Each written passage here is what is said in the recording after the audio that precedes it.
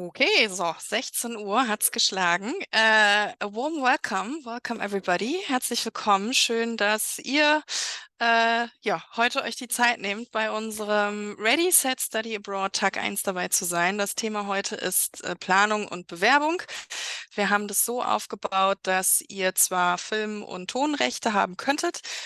Ihr müsst aber natürlich nicht die ganze Zeit eure Kameras anhaben. Wäre auch super, wenn ihr während der Präsentation vielleicht euren Ton dann zum Beispiel ausmacht. Wenn ihr Fragen habt später in den Frageabschnitten, könnt ihr euch natürlich aber auch unmuten. Da müssen wir mal gucken, wie viele gleichzeitig vielleicht was fragen wollen. Ansonsten sehr gerne die Chatbox benutzen.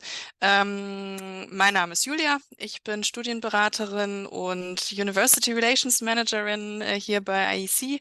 Ich mache das Ganze jetzt hier schon seit fast 10 Jahren, war davor im Auslandsbereich einer deutschen Uni tätig, habe da Austausche betreut. Ich habe dabei heute Kimberly, meine Kollegin, die bei uns Studienberaterin ist und ebenfalls in University Relations mit mir zusammenarbeitet. Und Noreen ist schon ein bisschen früher da. Die gehört zur California State University Los Angeles. Die ist dann in der ersten Uni-Vorstellung dann nachher mit dabei. Des Weiteren Gäste heute die Universidad Veritas aus Costa Rica und die Yamanashi Gakuin University aus Japan.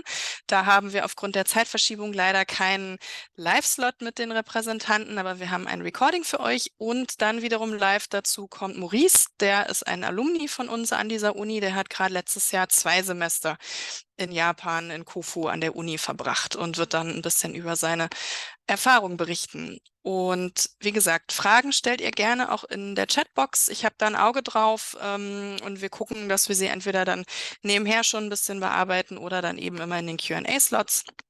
Und dann würde ich jetzt erstmal an Kimberly übergeben und euch viel Spaß wünschen und mich stumm schalten. Vielen Dank, Julia. Hallo, ich bin Kimberly. Julia hat mich ja netterweise schon vorgestellt und ich fange jetzt mal an, meinen Bildschirm zu teilen und dann geht es auch gleich los. Kurze Rückmeldung, könnt ihr es sehen, meinen Bildschirm? Ja. Super, perfekt. Okay, dann auch nochmal von mir herzlich willkommen. Ich bin Kimberly und ich bin bei uns Studienberaterin, genauso wie University Relations Managerin, also auch wie Julia. Und ich lasse euch heute mal so ein bisschen wissen, wie der Prozess bei IC abläuft und was IC überhaupt macht und genau, wie alles so funktioniert. Also ins Auslandssemester zu gehen, ist schon mal eine super Entscheidung und mit der Entscheidung kommt auch viel Planung auf einen zu. Und der erste Schritt, den man machen sollte, ist, wenn man ins Auslandssemester gehen möchte, zu seiner Heimathochschule zu gehen und da erstmal zu gucken, welche Möglichkeiten bietet meine Heimatuni an. Also haben die Partnerhochschulen, die mir zusagen, habe ich noch genügend Zeit? Sind die Fristen vielleicht noch offen? Weil häufig ist das auch bis zu einem Jahr im Voraus, dass man sich bewerben muss. Und erkundigt sich da entweder im International Office, also die sind da immer euer Ansprechpartner, das Akademische Auslandsamt, oder vielleicht auch am Fachbereich. Genau. Und wenn das alles klappt, ist das eine super Sache, denn häufig ist es auch so, dass die Partneruniversitäten um einiges günstiger sind, eventuell sogar kostenfrei und der ganze Prozess wird dann von der eigenen Uni auch begleitet. Wenn das jetzt der Fall ist, dass da nichts für euch dabei ist im Portfolio, wenn ihr unbedingt an eine bestimmte Uni möchtet oder die Fristen sind vielleicht schon vorbei oder man hat unter Umständen auch eine Absage bekommen, weil es gibt vielleicht nur 2 Plätze und es haben sich 30 Leute drauf beworben, dann könnt ihr euch bei uns melden und als Freemover ins Auslandssemester gehen. Und hierbei unterstützen wir euch, denn als Freemover gibt es nochmal um einiges mehr zu organisieren und damit ihr da nicht ganz alleine seid, unterstützen wir euch bei der Planung und bei der Bewerbung so ein bisschen. Hier ist es natürlich so, habt ihr vielleicht auch schon mal mitbekommen, in Deutschland sind wir sehr verwöhnt, was Studiengebühren betrifft, denn es gibt ja keine, es gibt ja nur die Studienbeiträge. Im Ausland gibt es die Studiengebühren, die eventuell bei einem Exchange an der Partneruni wegfallen. Als Freemover müsst ihr die Studiengebühren aber tragen. Also es hat beides Vor- und Nachteile. Erster Schritt, wie gesagt, immer erstmal an der Heimatuni gucken, was die Möglichkeiten sind und dann im nächsten Schritt bei uns sich melden und da die Möglichkeiten abwägen. Aber wer sind wir überhaupt? Ich möchte euch jetzt erstmal erklären, was wir so machen und warum ihr euch bei uns melden sollt. Also wir sind, wie ich eben schon kurz angerissen habe, ein kostenloser Info- und Bewerbungsservice. Also für euch kostet unser Service nichts. Und wir geben euch in unserer Beratung umfangreiche Tipps und Informationen und sind auch die offizielle Vertretung von über 100 internationalen Unis in mittlerweile schon 27 Ländern. Also wir haben eine sehr große Auswahl und für jeden ist da sicherlich was dabei. Wir machen das Ganze schon ziemlich lange, seit über 20 Jahren und sind daher relativ fix in den Bearbeitungszeiten für die Bewerbungen, auch weil die Unis uns regelmäßig schulen. Wir wissen genau, worauf es ankommt und deswegen ist es auch eine sehr hohe Erfolgsquote, weil wir natürlich da guten Blick haben, wie die Dokumente auszusehen haben, geben euch dann eine richtige Rückmeldung und unterstützen euch da, wo wir können, im ganzen Bewerbungsprozess. Wir machen das, ich muss mal das Kästchen, wo die Menschen abgebildet sind, rüberschieben, weil sonst sehe ich meinen Bildschirm nicht. So. Ähm, wir machen unseren Prozess immer so in 5 Schritten. Also haben wir für euch in 5 Schritten abgebildet. Also bei uns sieht das ein bisschen anders aus, aber um das ein bisschen deutlicher darzustellen, haben wir 5 Schritte aufgelistet. Auf jeden gehe ich gleich noch ein bisschen genauer ein, aber ich fliege es hier mal schnell durch. Also zuerst beginnt man mit der Wahl des Studienprogramms. Wenn das feststeht, klärt man die Finanzierung. Das ist ein sehr wichtiger Punkt, deswegen steht er auch relativ weit vorne, weil ich ja eben gesagt habe, als Freemover bezahlt ihr für ein Auslandssemester die Studiengebühren. Ist das natürlich ein wichtiger Punkt. Und wenn das alles geklärt ist und ausgesucht ist, dann entscheidet man sich für Studienort und Studienstart. Und wenn das geschehen ist, bewirbt man sich für einen Studienplatz mit uns. Und nach einer gewissen Zeit, wenn die Uni das alles geprüft hat, kommt in der Regel ein Studienplatzangebot, was ihr annehmt. Und dann kann es auch schon losgehen. Das war der Schnelldurchgang. Und jetzt nochmal ein langsam. Also wir haben auf unserer Webseite eine ziemlich große Suche angelegt, wo ihr so ziemlich alles filtern könnt, was man filtern könnte. Also als erstes könnt ihr euer Programm aussuchen. Also ihr werdet in der Regel schon wissen, ob ihr Auslandssemester im Bachelor oder im Master macht oder ob es eine Summer School sein soll oder vielleicht doch ein ganzer Bachelor oder ein ganzer Master. Das könnt ihr alles bei Programm aussuchen und dann werden euch die Unis ausgespuckt, die das anbieten. Genauso Studienrichtungen kann man auswählen und auch das Studienfach. Man kann nach Ländern filtern und Regionen sogar, wenn einem das wichtig ist. Man kann auch verschiedene Sprachnachweise aussuchen, wenn man sagt, ich habe schon einen, ich möchte nicht unbedingt noch einen machen oder ich habe keinen und möchte keinen machen.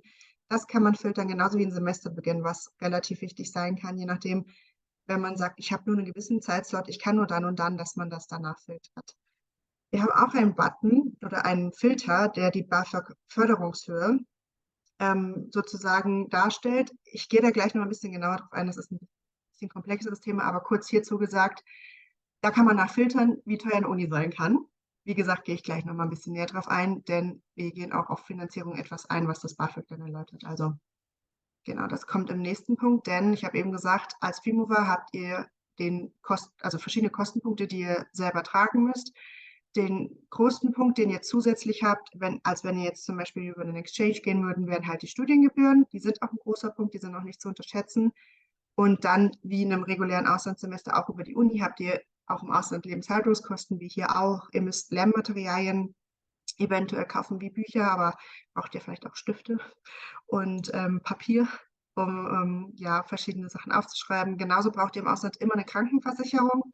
Das ist wichtig. Und außerhalb Europas als EU-Bürger braucht man auch ein Visum und meistens in der Regel einen Flug. Manche Destinationen in der EU kann man bei uns sicherlich auch anderweitig erreichen, aber bei den meisten muss man dann doch fliegen. Und das sind halt die Kostenpunkte, die man nicht außer Acht lassen darf und die sich dann auch summieren, sodass wir natürlich auch ein paar Sachen aufgestellt haben, wie ihr diese Kostenpunkte decken könnt, heißt Finanzierungsmöglichkeiten. Ihr könnt hier den QR-Code scannen, da kommt ihr auf unsere Webseite, was die verschiedenen Finanzierungsmöglichkeiten betrifft. Die sind dann alle da noch mal ein bisschen ausführlicher dargestellt und ihr könnt im Nachgang noch mal drauf gucken zu dem, was ich jetzt gesagt habe und noch mal alles genauer nachlesen. Also der erste Punkt ist die private Finanzierung, heißt, man hat schon genügend Geld oder man hat jemanden, der einem Geld gibt oder man hat genug angespart. Das ist natürlich super, aber das ist nicht immer der Fall.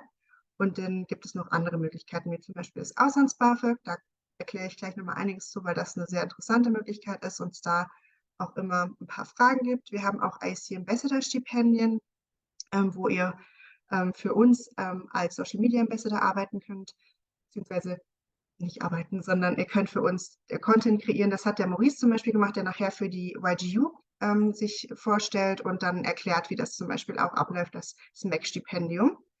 Dann gibt es natürlich auch noch unabhängige Stipendien, die nicht mit IC zu tun haben und davon nicht zu wenig, genauso wie Studienstiftungen, die funktionieren ähnlich wie Stipendien.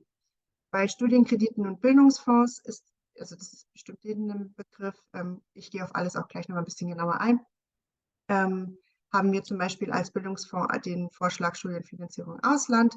Und wir haben morgen zu den Finanzierungsmöglichkeiten, falls euch das alles ein bisschen zu schnell geht, nochmal eine ganze Präsentation und einen ganzen Tag tatsächlich zu dem Thema, wo ihr euch auch gerne nochmal anmelden könnt, wo ihr dann auch nochmal ganz andere Fragen stellen könnt, wo auch zum Beispiel Deutsche Bildung, Finanzierung Ausland dabei ist.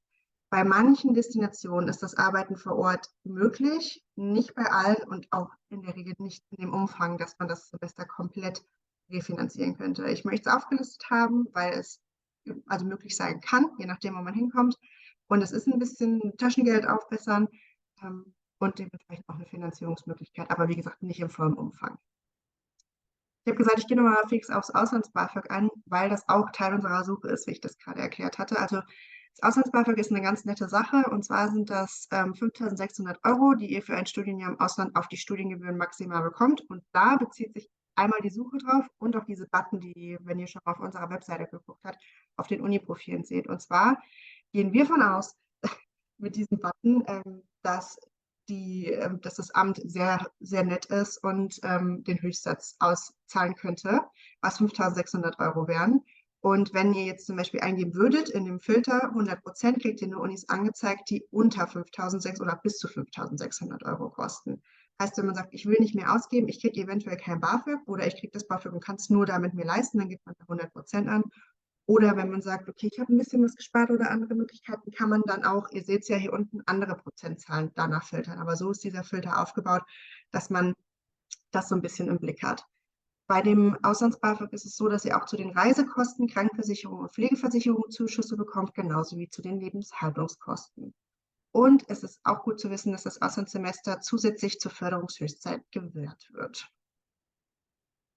Genau, eben habe ich die Studienfinanzierung Ausland nochmal erwähnt. Wie gesagt, die sind morgen auch dabei. Wenn ihr euch für morgen nochmal anmelden möchtet, da erklären die das alles selber nochmal ein bisschen. Aber als kurzer Überblick von uns, also das ist ein Bildungsfonds und die Studienfinanzierung Ausland ist so aufgebaut, dass man nicht einen Moment im Minus ist, denn die bieten ein faires Rückzahlungsmodell an, was anteilig vom späteren Einkommen ist. Das heißt, hat man später mal nicht so ein hohes Einkommen, muss man zu dem Zeitpunkt nicht so viel zurückzahlen oder auch gar nichts, je nachdem, was man da ausgemacht hat, sodass man nicht im Minus ist. Es ist eine flexible Studienfinanzierung, je nach Bedarf. Also man muss nicht einen bestimmten Betrag nehmen, wenn man vielleicht weniger braucht. Also da klar gibt es da auch Grenzen, aber man wird da jetzt nicht auf was Bestimmtes festgenagelt, was man nehmen muss, sondern es wird selber abgeklärt und es ist im Vergleich zu einem Auslands-BAföG zum Beispiel auch unabhängig vom Einkommen der Eltern. Also da muss man sich keine Gedanken machen und man kann es auch für alle Studienabschlüsse machen.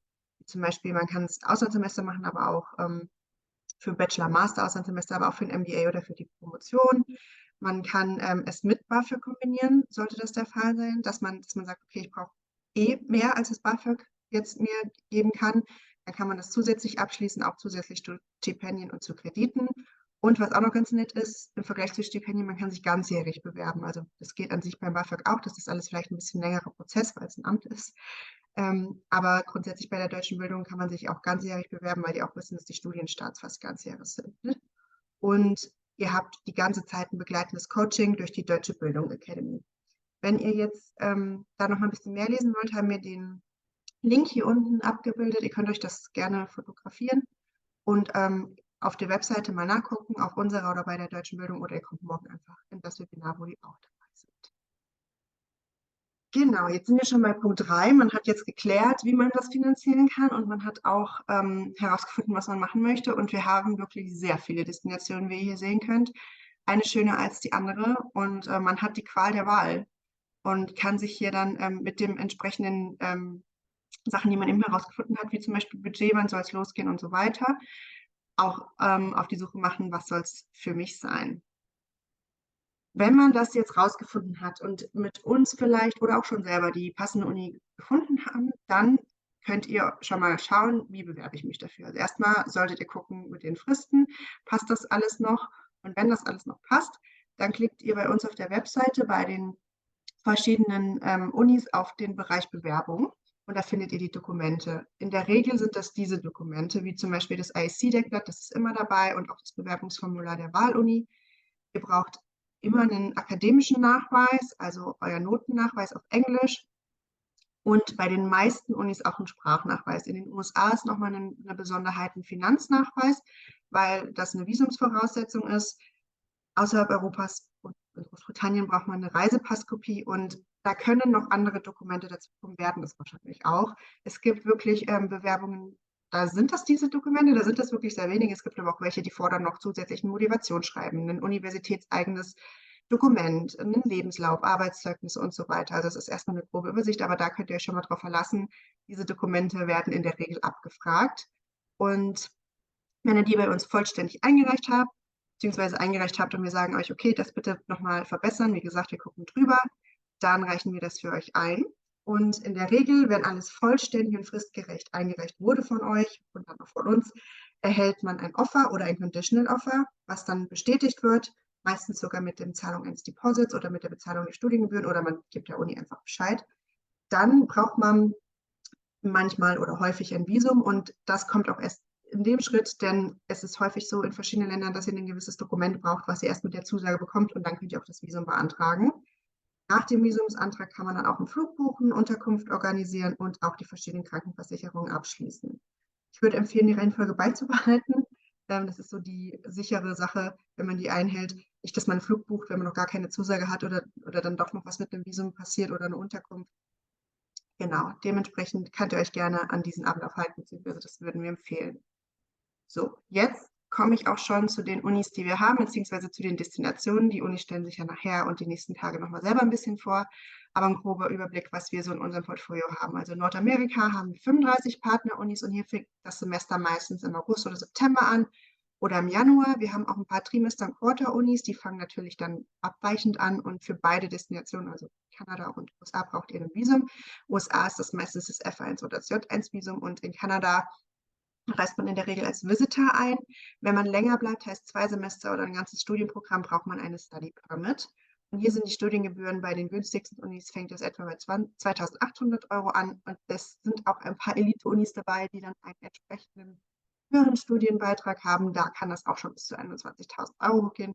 Keine Angst haben, die meisten sind wirklich im mittleren Bereich, also die wenigsten gehen hoch bis 20.000. Also ihr seid da zwischen 5 und 9, würde ich sagen, oder sag mal eher 3 und 9.000 sind so die meisten Unis angesiedelt, die in Nordamerika liegen. Aber die Spanne habe ich einmal hier abgebildet. In Down Under haben wir 24 Partnerunis, und die fangen meistens im Februar und im Juli an. Aber auch Trimesterunis, sogar einige mehr als zum Beispiel in Nordamerika, und die fangen dann im Oktober und November an, was bei uns ja ganz gut in den Studienplan passt. Hier braucht ihr auch ein Studierendenvisum. Man kann auch ein Working Holiday Visum machen. Wir empfehlen immer das Studierendenvisum, weil das Working Holiday bekommt man nur einmal. Und wenn es einem dann so gut gefällt, dann könnte man das nicht nochmal wiederkriegen, und dann wäre man besser gefahren mit dem Studierendenvisum. Also am Ende liegt es bei euch, wie ihr es machen möchtet, aber ihr habt es hier schon mal gehört. Hier sind die Studiengebühren bei etwa 3.000 bis 8.000 für ein Auslandssemester. In Asien haben wir 21 Partnerunis, und ihr seht bei den Semesterstarts, also es sieht fast so aus wie ganzjährig. Also es kommt auf die Destination an. Also es gibt ja viele Länder in Asien, und dementsprechend gibt es auch viele Semesterstarts. Klickt euch da gerne mal auf unserer Webseite durch, was euch da am besten passt. Ihr braucht bei den meisten Ländern auch ein Studierendenvisum, und die Studiengebühren sind hier mit am geringsten. Bei 1.500 Euro gehen die los und gehen bis zu 7.500 Euro. Und auch hier soll dazu gesagt sein, dass in Asien die Lebenshaltungskosten auch relativ gering sind. Heißt, wenn man zum Beispiel darauf Wert legt, dass es nicht so ganz so teuer sein sollte, wenn das wichtig ist, dann kann man ja überlegen, ob man vielleicht einen Kontinent auswählt, wo die Lebenshaltungskosten nicht so hoch sind und vielleicht die Studiengebühren nicht so ganz so hoch. In Europa haben wir dann mittlerweile 23 Partnerunis, und Semesterstarts sind hier im September und meistens Januar, Februar. Ihr braucht hier kein Visum. In den UK braucht ihr ab 6 Monaten ein Visum, und in den UK braucht ihr auch einen Reisepass zur Einreise mittlerweile. Hier sind die Studiengebühren bei 2.700 Euro und etwa 10.000 Euro, also bis 10.000, genau. In Süd- und Zentralamerika, auch wieder der Hinweis, günstigere Lebenshaltungskosten als vielleicht in den anderen Kontinenten, haben wir 4 Partnerunis in Argentinien, Chile, Peru, Costa Rica. Hier fängt das Semester meistens im Januar, März so an oder im Juli, August. Visum auch destinationsabhängig und meistens ein Studierendenvisum. Und die Studiengebühren sind auch im Vergleich jetzt geringer, wie vielleicht an anderen Kontinenten. Die liegen bei etwa 2.300 € bis 5.300 € für ein Auslandssemester. In Afrika haben wir eine Partneruni, die Semesterstarts im Februar und August anbietet. Das Visum ist ja auch ein Studierendenvisum und die Studiengebühren liegen hier bei etwa 4.000 € für ein Auslandssemester. Hier sind nochmal unsere Kontaktdaten. Ihr könnt euch die gerne abfotografieren. Die findet ihr aber auch auf unserer Website, die auch verlinkt ist. Aber ich gehe davon aus, ihr habt die alle schon gefunden, weil ihr habt euch ja angemeldet. Ihr erreicht uns immer über E-Mail, info@isconline.de und Montag bis Freitag auch telefonisch. Wir haben zudem verschiedene Austauschmöglichkeiten für euch über IC-Facebook-Gruppen oder für Menschen, die Facebook nicht mehr nutzen, Instagram-Gruppen oder auch jedes Jahr unser IC Pre-Departure-Webinar. Und ihr könnt euch auch sehr gerne über unsere Socials mit uns vernetzen und auch mit anderen Studierenden, also über Instagram, über TikTok oder auch gerne mal in unseren IC-Podcast reinhören. Und das war's von mir mit dem Vortrag. Ihr könnt sehr gerne, das ist ein Video, ihr könnt mir nun sehr gerne eure Fragen stellen, gerne im Chat oder ihr schaltet euch laut und dann genau einfach so die Frage stellen. Dann schauen wir mal, ob das jetzt ein heilloses Durcheinander wird. Ich habe währenddessen im Chat auch noch mal ein paar Einstellungen geändert. Also ich glaube, vorhin konnten da nicht eventuell alle die Fragen so stellen, dass die auch zu sehen sind. Und ein, zwei hatte ich jetzt schon schriftlich beantwortet. Das können wir aber vielleicht noch mal eben kurz in der großen Runde ansprechen. Kimberly ist ja darauf eingegangen, auf den Sprachnachweis als Bestandteil einer Bewerbung. Da kam dann die Frage, ob das sogenannte Uni-Zert-Zertifikat ausreicht oder angerechnet wird im Ausland. Und dann hatte ich schon ins Chat geschrieben, dass es jetzt nicht so der typische standardisierte Test ist, den die ausländischen Unis so kennen, dass wir aber ganz oft eben bei unseren Unis die Ausnahmeregelung haben, dass das sogenannte DAAD-Sprachzertifikat anerkannt wird. Und vielfach lässt sich das dann umtragen. Also es gibt ein Template bei uns auf der jeweiligen Uni-Seite verlinkt, dort, wo das auch akzeptiert wird als Sprachnachweis bei der Bewerbung. Das könnt ihr euch runterladen und dann könnt ihr mit diesem Dokument und eurem Uni-Zert zum Beispiel zu der Person gehen, die euch das Uni-Zert ausgestellt hat und fragen, ob die dann diese Angaben eben auch nochmal auf dem DAAD machen können.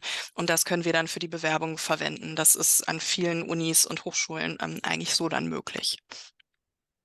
Die zweite Frage war, ob wir denn auch die Folien zur Verfügung stellen. Da habe ich dann geschrieben, es gibt ja ein Recording von dem Event. Da seht ihr dann alles nochmal, aber wir verschicken und auch die Partner verschicken jetzt keine Präsis. Die sind zum Teil in der Größe auch ziemlich riesig.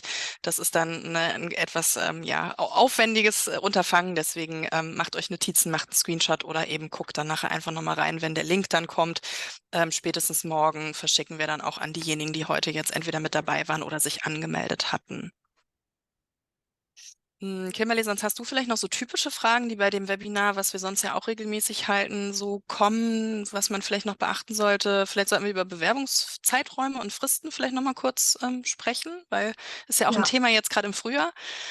ja, also vielleicht an euch dann auch nochmal die Frage, wenn ihr möchtet, ihr könnt gerne teilen, wann ihr los möchtet, ob ihr noch kurzfristig, also kurzfristig dieses Jahr noch los möchtet, weil Bewerbungszeiträume für jetzt das kommende Wintersemester, also was für uns Wintersemester ist, das so im August, September meistens losgeht, da haben die meisten Unis noch offene Fristen, die sind aber auch, also manche sind demnächst, also wir haben einige Unis in Australien, die zum Beispiel auch ein Juli-Semester haben, also wenn es relativ zügig losgehen soll, da sind die Fristen demnächst.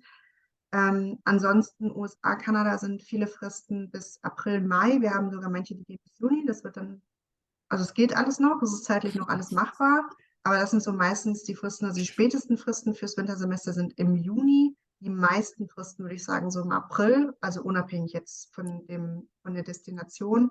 Für das kommende Semester heißt also danach das, was ja nicht wie bei uns im März meistens anfängt, sondern im Januar, Februar. Da sind die Fristen ab September. Also ihr müsst nicht am Fristentag schicken. Wir würden uns sehr freuen, wenn ihr es nicht tut, sondern etwas vorher, weil wir auch ein bisschen Zeit brauchen, um eure Bewerbung zu prüfen und einzureichen. Aber da fangen die Fristen, wie gesagt, im September an. Das heißt, ihr könnt euch dann eventuell in den Semesterferien, die dann, okay, jetzt hat das Semester erst angefangen, am Ende des Semesters wieder sind, um die verschiedenen Dokumente kümmern oder wenn es im Semester mal passt, dass ihr da euch drum kümmert und im August, Juli gucken, was passt und dann ab September sind, wie gesagt, die meisten Fristen für nächstes Jahr, Januar Genau. bis März, würde ich sagen. So, wir haben jetzt doch eine Frage bekommen im Chat und zwar kann man Auslands-BAföG bekommen für eine Summer School. Leider nein. Also die Grundvoraussetzung fürs Auslands-BAföG wird festgelegt mit, die Studiendauer muss mindestens 13 Wochen und einen Tag betragen. Und daran merkt ihr schon, dass es in der Regel wesentlich länger als eine Summer School geht. Das sind ja zum Teil eine Woche, 2 Wochen, vielleicht mal 4 Wochen. Das würde nur funktionieren, wenn man so viele sozusagen Sommerprogramme aneinander hängt, an ein und derselben Uni wahrscheinlich, aber auch, dass man auf eine Semesterlänge kommt. Also es gibt manchmal so Summer Terms auch an Unis, wo sie dann ein abgespecktes Studienangebot haben. Da kann es sein, dass die Länge dann ausreichend ist. Aber ansonsten ist das leider ein nicht vorgesehenes förderungswürdiges Studium, sondern deswegen bei uns dann auch in der Regel eher die Trimester oder die Semester. Ähm, Eine Besonderheit bei uns sind auch, es gibt ein paar wenige Unis, die teilen ihr akademisches Jahr in 4 Teile. Das nennt sich dann Quarter. Das findet ihr zum Teil bei uns auf den Profilen dann eben auch. Dort muss man dann auch schauen, ob die Studienlänge ausreicht. Manche Unis packen dann extra vorne noch eine verpflichtende Orientation dazu und hinten nochmal die Klausurenwoche oder so wird dann vielleicht ein bisschen verlängert, dass man dann auf diesen Zeitraum kommt. Aber wenn es zu kurz ist, dann geht es einfach leider nicht. Dann würden wir zum Beispiel empfehlen, dass ihr euch entweder eine andere Uni anschaut, wenn das ganz wichtig für euch ist, die eben längere Studienzeiträume hat, oder dann müsste man sich überlegen, ob man zum Beispiel 2 Quarter machen möchte.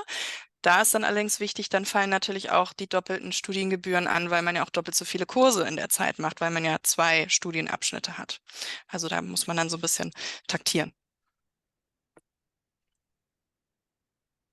So, jetzt sehe ich, es ist 16:29 Uhr. Also würde ich mal sagen, stellt gerne weiter Fragen. Ich habe immer ein Auge drauf, was ich schon schriftlich machen kann, mache ich gerne weiter. Und dann würde ich übergeben an Noreen. Noreens Präsentation wird auf Englisch sein. So, Noreen, we are handing over to you. So I'm stopping sharing my screen. And you are welcome to share yours. So wait a sec. How does that work? And then we are going to mute us and we are keeping an eye on the chat. So you just go ahead and yeah, tell the students everything about CSULA, California, studying in the US, whatever you think is the best thing to lure them to come to your campus and have a great experience abroad. I will indeed. Thank you so much. So before I share my screen, I'll just introduce myself. So my name is Noreen Lucy, and I'm representing Cal State Los Angeles. I really enjoyed seeing the last presentation. I was a student once, I know, lots and lots and lots of years ago, and I did an Erasmus year abroad. So I'm a huge fan of study abroad. I actually did my Erasmus in Germany, in Bonn, in the Rheinische Wilhelm Universität. But now I'm looking at all the options globally in Costa Rica and Japan and all these amazing destinations.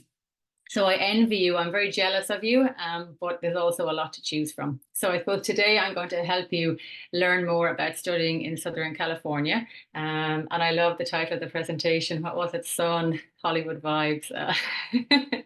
It's really, really good. So I will just stop my video and I will share my screen and we'll get cracking. And hopefully I am clicking everything. Share sound. Here we go. Okay, that's very important. Okay. So now you should see my screen. All good with the... there we go. That should be there now for everyone. Yeah, fine, we see it. Julia. Wonderful.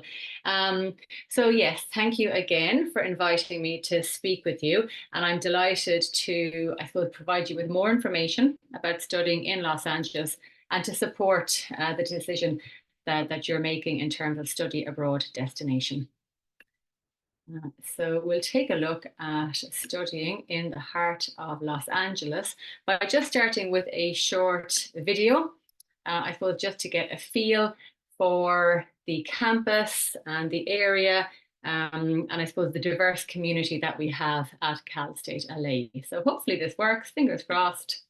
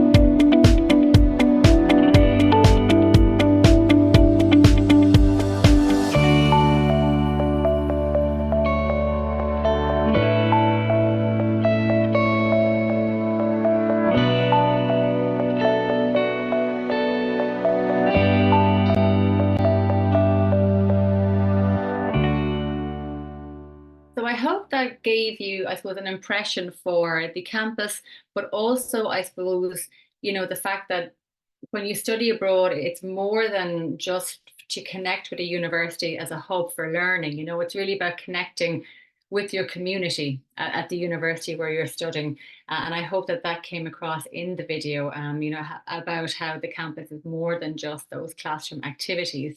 But I suppose let's have a look at where we are in terms of our location. So I'm sure you're all very familiar in terms of where Los Angeles is in Southern California.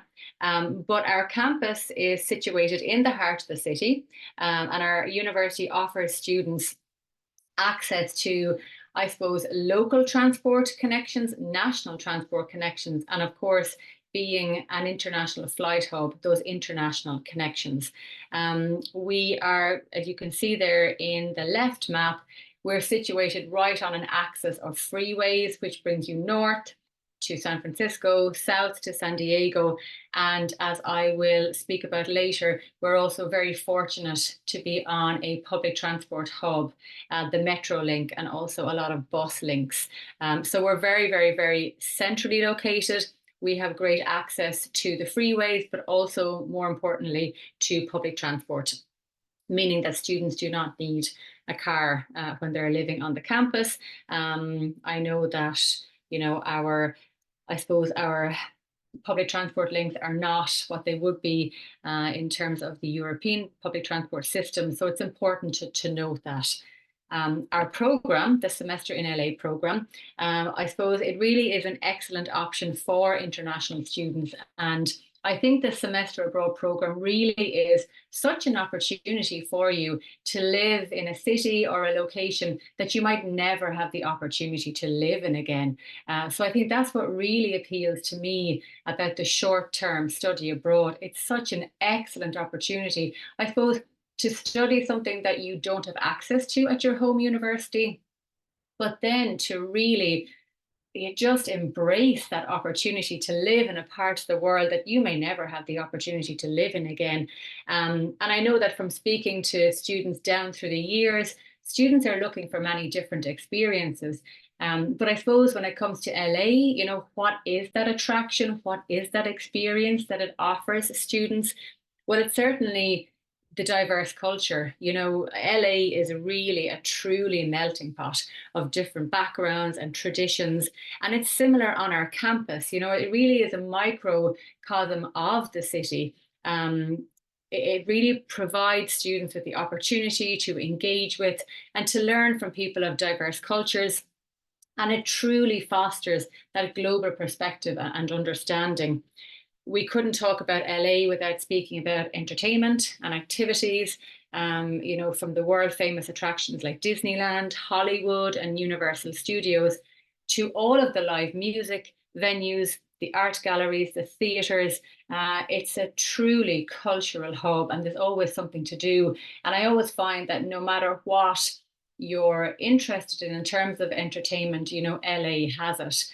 I suppose our international community obviously then provides many international cuisines. It is a foodie heaven. You can find cuisines from all over the world. And it really is such a joy to experience the numerous restaurants and dining options from all over the world. I suppose we're a huge city, but it's very much an outdoor city. And there's a real emphasis on outdoor living and activities. And I suppose it's very health conscious. I think for people who enjoy staying active and exploring the great outdoors, Cal State Los Angeles is a great destination. We have access to beautiful parks, hiking trails, and beaches.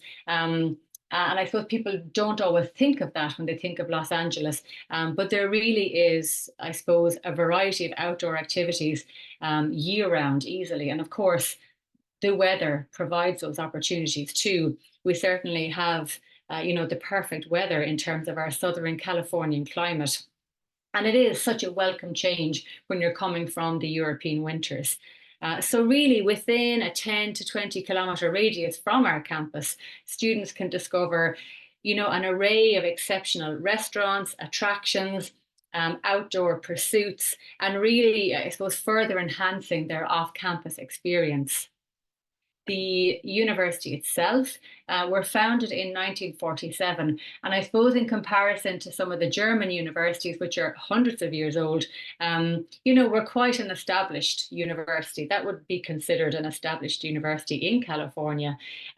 So we might not seem that well established, but it really is, and in terms of the rich history that the university has of providing accessible and high quality education to local students, but from such diverse backgrounds.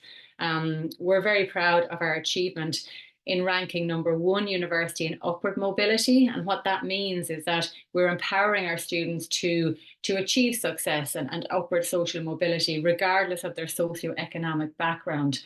And really, the student population is truly diverse in terms of where our students come from. So it's quite a multicultural campus, really. Our student population is just over 26,000. So that would be considered, I suppose, a mid-sized university. And I think it's a good size in terms of having a large student population, but not too big, so that you can get to know your fellow classmates. And you saw on the video that classes are small. So that really gives you the opportunity to get to know your lecturers and fellow students. We have a huge alumni network, and then also we have approximately 1,700 faculty who are also quite international. So it really is, I suppose, it's an inclusive, it's a supportive learning environment, and it really is there to support students. We can just take a look at some of the colleges. So I suppose when you're deciding on what courses to take, what you'll be doing is you'll look through the colleges to find the different departments and courses. I suppose we open up all of our courses to international students. There will be some restrictions, and I think these restrictions are typical of universities in the US. There might be some restricted courses within biology, education, healthcare, nursing, psychology, and social work, but that wouldn't be uncommon. But really what we do, we would let students know that if your university requires you to take some courses, that we encourage you to reach out to us in advance. So let us know, and we can communicate with the colleges and the departments to ensure that you get those classes. So we do that annually with students that have specific requirements for certain colleges. And with that, we might just run through a few of the colleges just to give an overview of the more popular colleges that our semester students typically study at.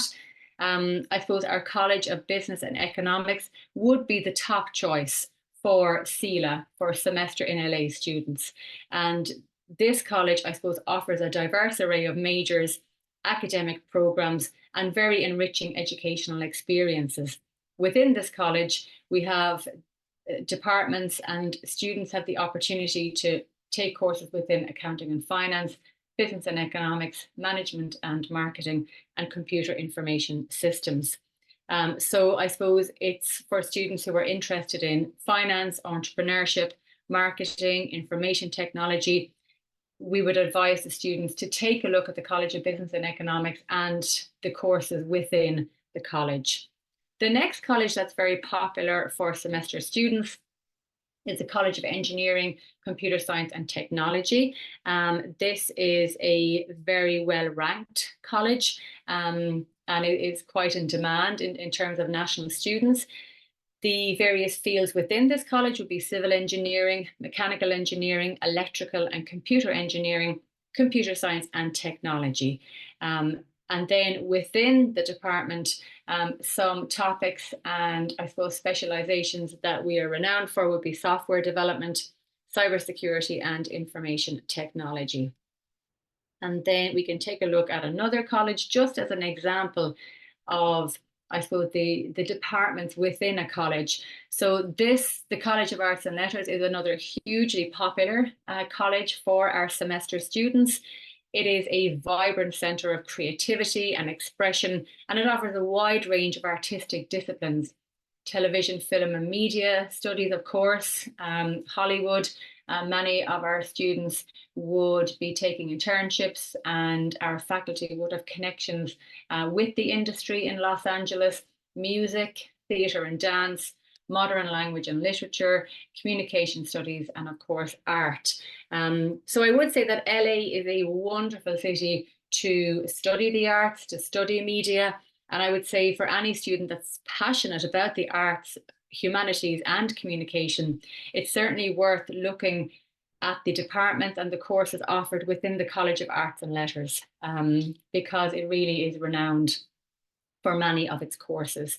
So there's just a few of the colleges, but really I suppose the main thing to remember is that we would open up all of our courses typically to international students.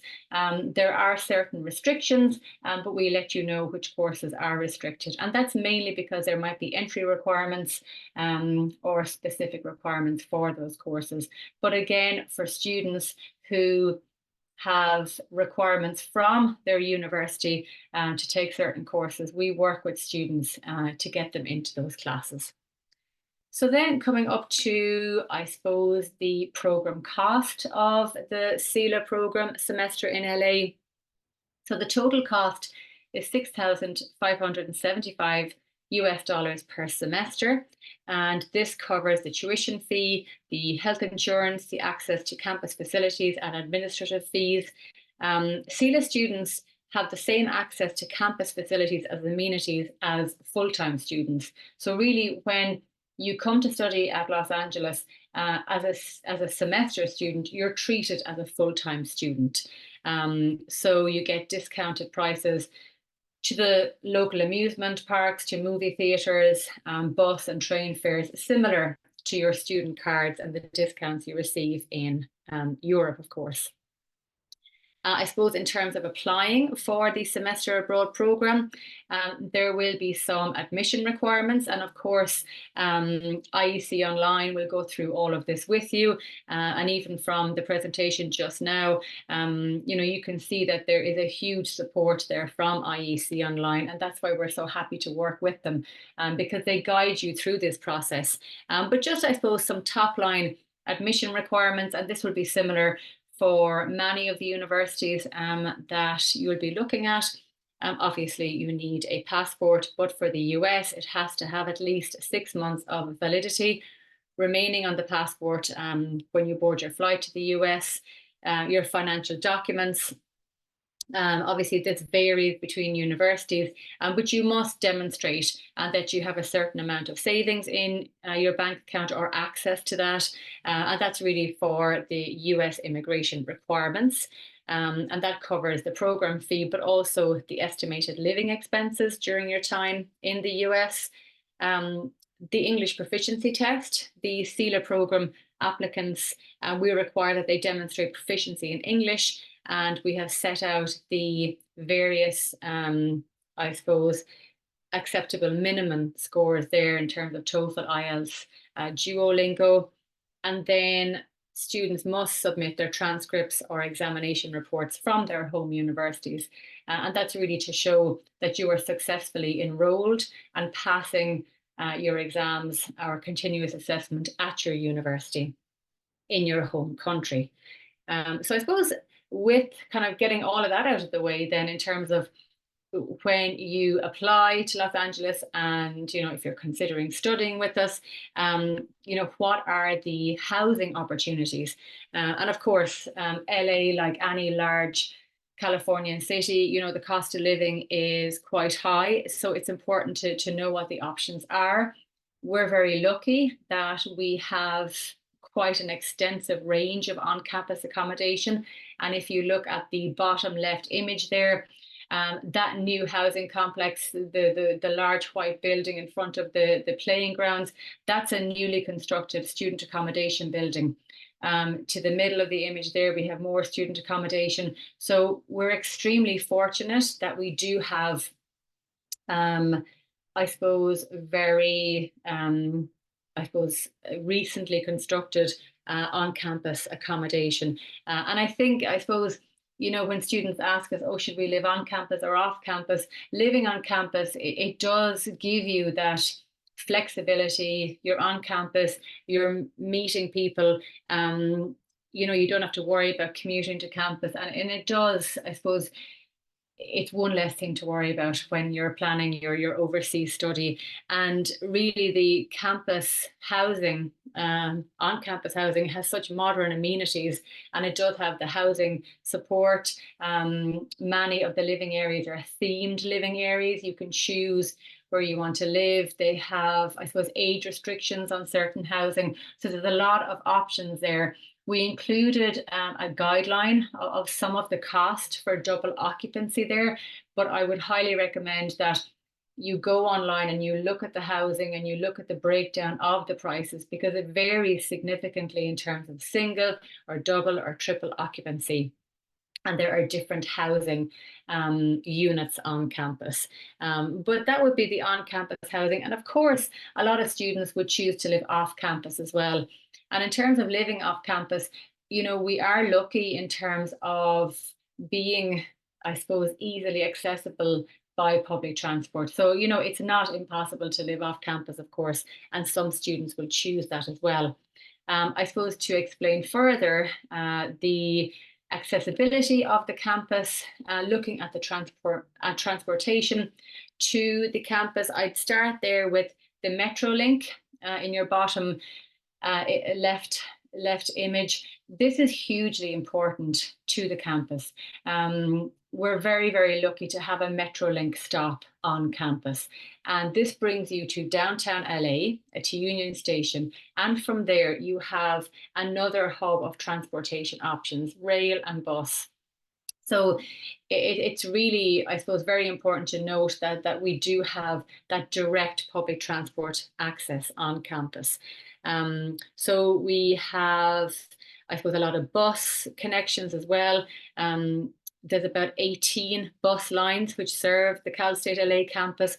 And that again provides you with the local access with express services operated.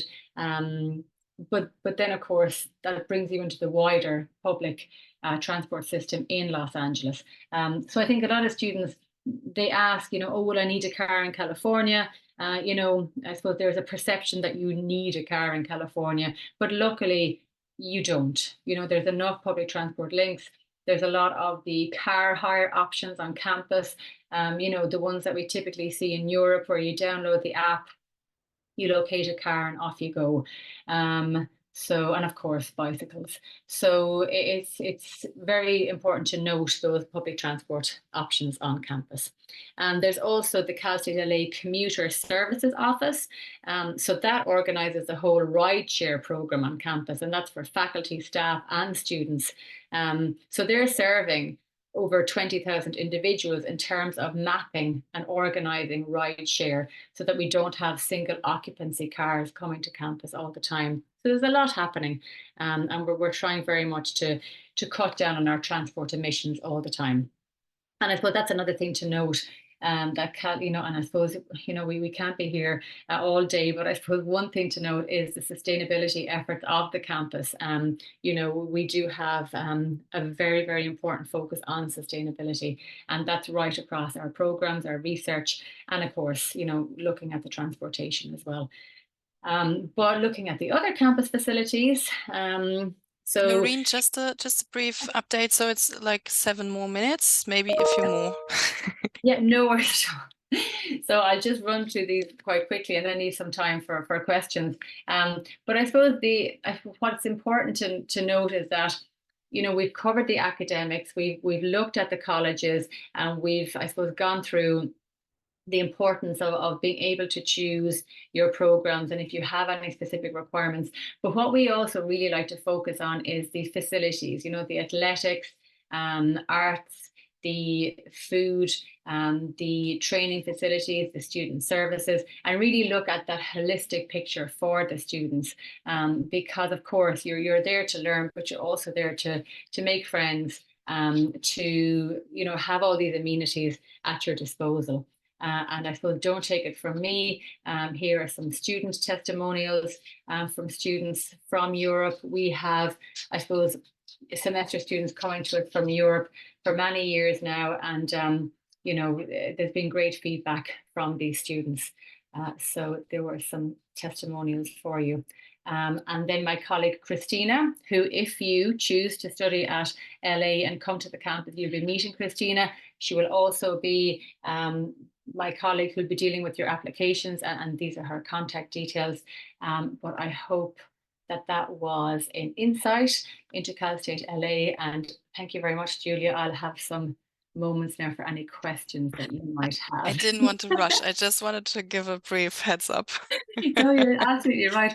This is the problem. I always remember things every time I present. I'm like, oh, I must tell them about this. But I could be here all day. And I mean, then the next issue would be and don't be confused now. I'm just showing what's coming up next. If you're in the same room, you can like show like 5 more minutes by hand, and then if it's virtual and you don't also want to check the chat box or something.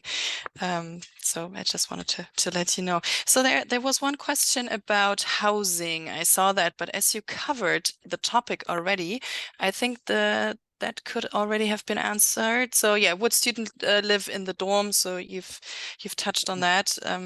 If there's a follow-up question from the student, please feel free to add to that. Also wenn es da noch eine Anschlussfrage gibt oder wenn Noreen sonst die Frage schon beantwortet hat, dann dürft ihr natürlich auch jetzt gerne noch Fragen loswerden. Wie gesagt, wir haben ja noch ein paar Minuten. I'm so jealous of you looking at options in Costa Rica. It's amazing. Yeah. Oh. So the question is, if students have to live in the university dorms? No, not at all. No, and I suppose, we have to be careful in terms of, we should probably, we don't advise students to live in the dorm, but I guess it's also important to point out for like a short period of time, for a semester, if it's an option, then it probably is the easiest option, But no, a lot of our European students, they live off campus and they are well able to find the accommodation and navigate everything, and they're so independent. So no, a lot of our European students, they're not living on campus. So I suppose it's just to point out that, there's lots of options. Yeah. I mean, what students can do is also to check the experience reports and the blogs on the IEC website, even if it might not be the same university, but sometimes we have 2 universities in the same city. So you could also check what the other students did, what their experiences were, if they were looking for shared apartments, for example. You can also sometimes enter Facebook groups from the universities and then look and search for roommates, for example. Now that COVID has ceded, it's also easier again to come a bit earlier, go to a hostel, and then check out different options and then decide on site where you want to sign a rental contract, which makes it also a lot easier to not be scammed by, I don't know. I mean, there's also always black sheep. So if you're, I don't know, asked to pay in advance while you're still in Germany, that you should double check if that house really exists, if the people really exist. But most of the students are really, if they don't live on campus, they are usually fine and they find something. Or they asked former students if they can like continue their rent, for example. There's a lot of options. Yeah, correct. Okay. Gibt es mehr Fragen zur LA, zu dieser Uni? Ansonsten könnt ihr uns die natürlich auch im Anschluss gerne noch schicken, wenn es Fragen zur Universität, zur Bewerbung oder so gibt, die wir nicht mit unserem Profil beantworten. Natürlich auch immer gerne per E-Mail oder im Telefonat. Ich hatte jetzt auch schon nebenher ein bisschen mit einer Studentin geschrieben, die ja gefragt hat wegen Bewerbungszeiträumen. Wenn es konkreter wird, dann gerne solche Dinge auch nochmal wirklich mit uns im Einzelgespräch abklären. Da könnt ihr Termine bei uns auf der Webseite auch online buchen. Dann machen wir einen Videocall mit euch, können also zum Teil dann auch Bewerbungsunterlagen zusammen anschauen. Das ist dann einfacher als die ganze Zeit per Direktnachricht. Noreen, did anything come to your mind that you want to add to what you've already said? No, I don't think so. And the very best luck to all of you, no matter where you go. But of course, as I mentioned in the presentation, IEC Online are our partners. So I suppose between the two of us, we'll be able to answer your questions. But I'm excited for for Yeah, your options. And yeah, good luck. And sure, maybe we'll see a few of you in Los Angeles. It would be great. yeah, that would really be great. Thanks a lot for taking Yeah, the time, and thank then you. enjoy the rest of your day. And then we are Thank you very moving much. on to the next presentation. So I would invite Pamela to, if it's possible for you to unmute yourself. Yeah, hello, there you are. Yes. Hi, good morning. How are you? Welcome. So I'm stopping sharing my screen, so you are All able right. to share yours. My name is Pamela Badilla, and I like to talk you guys about Universidad LCI Veritas, so you can get excited and come to do a study abroad session with us here at Universidad LCI Veritas. Students who come to our program at Costa Rica want to see what wonderful resources, our mountains, our beaches, and explore everything that Costa Rica has to offer in terms of peace, democracy, sustainability, and conservation. We are part of the LCI education, which is La Salle College International, and our headquarters are in Canada. We have 23 campuses in 10 different countries around the world. So if you participate here at Universidad LCI Veritas, you can also participate with a discount in a second program at LCI Network. So what about if we take a look a little bit closer to our beautiful Costa Rica and campus location?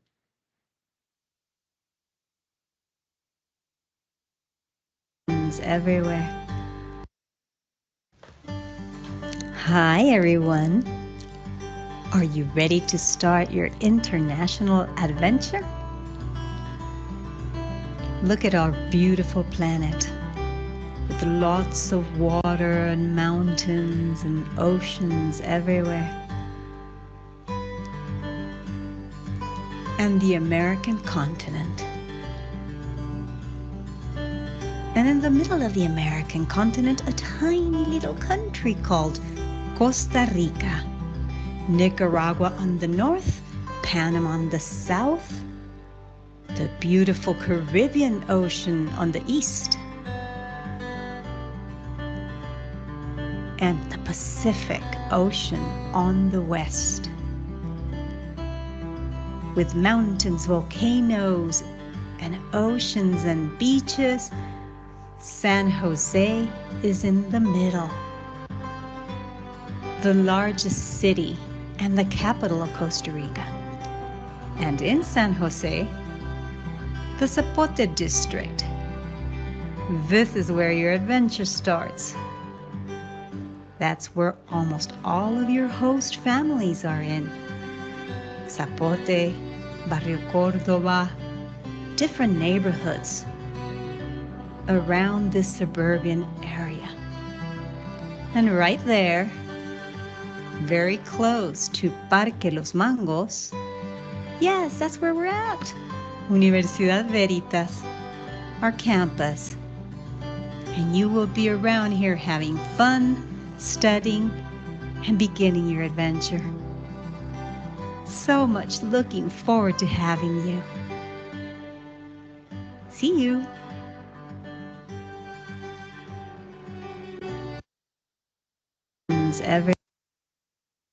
Universidad LCI Veritas is a small liberal arts and creative industries university.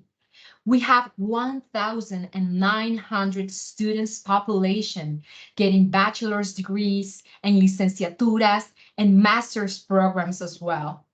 Students are studying business administration, marketing, digital animation, fashion design, film, and a lot of the creative industries as well. Being at Veritas is a bubbly environment. You're going to be able to share spaces with local students and participate in many activities that are part of the student experience. But the students who come to do a study abroad with us can come and spend a 16 or 12-week semester. Also, we have 5 summer or back-to-back 10-week summer with us. We have internships in different fields that you can also explore. And we also have groups that come with professors to do a faculty-led support. You can mix and match courses taught in English and courses taught in Spanish. If you have a high proficiency of Spanish, you can study with the locals. If you want to start learning Spanish, you can take Spanish as a second language courses with us in the morning. We also have some January short-term programs that you can come and take with us intensively. So what are the steps in order to apply to our study abroad program? Well, the process is really simple. We have a platform that it's called e-admissions. So the partner advisor enters the student's information, or the partner advisor can provide a student code to the student who wants to apply for the program. And this student can enter all the informations and can access all the services and add all the courses that a person is interested in enrolled in. One of the amazing things of our program is that we don't have a specific deadline. However, we strongly recommend you to apply at least a month before coming to the program, because you want to make sure that the classes that you are interested in are still available. And we required a GPA of 2.6.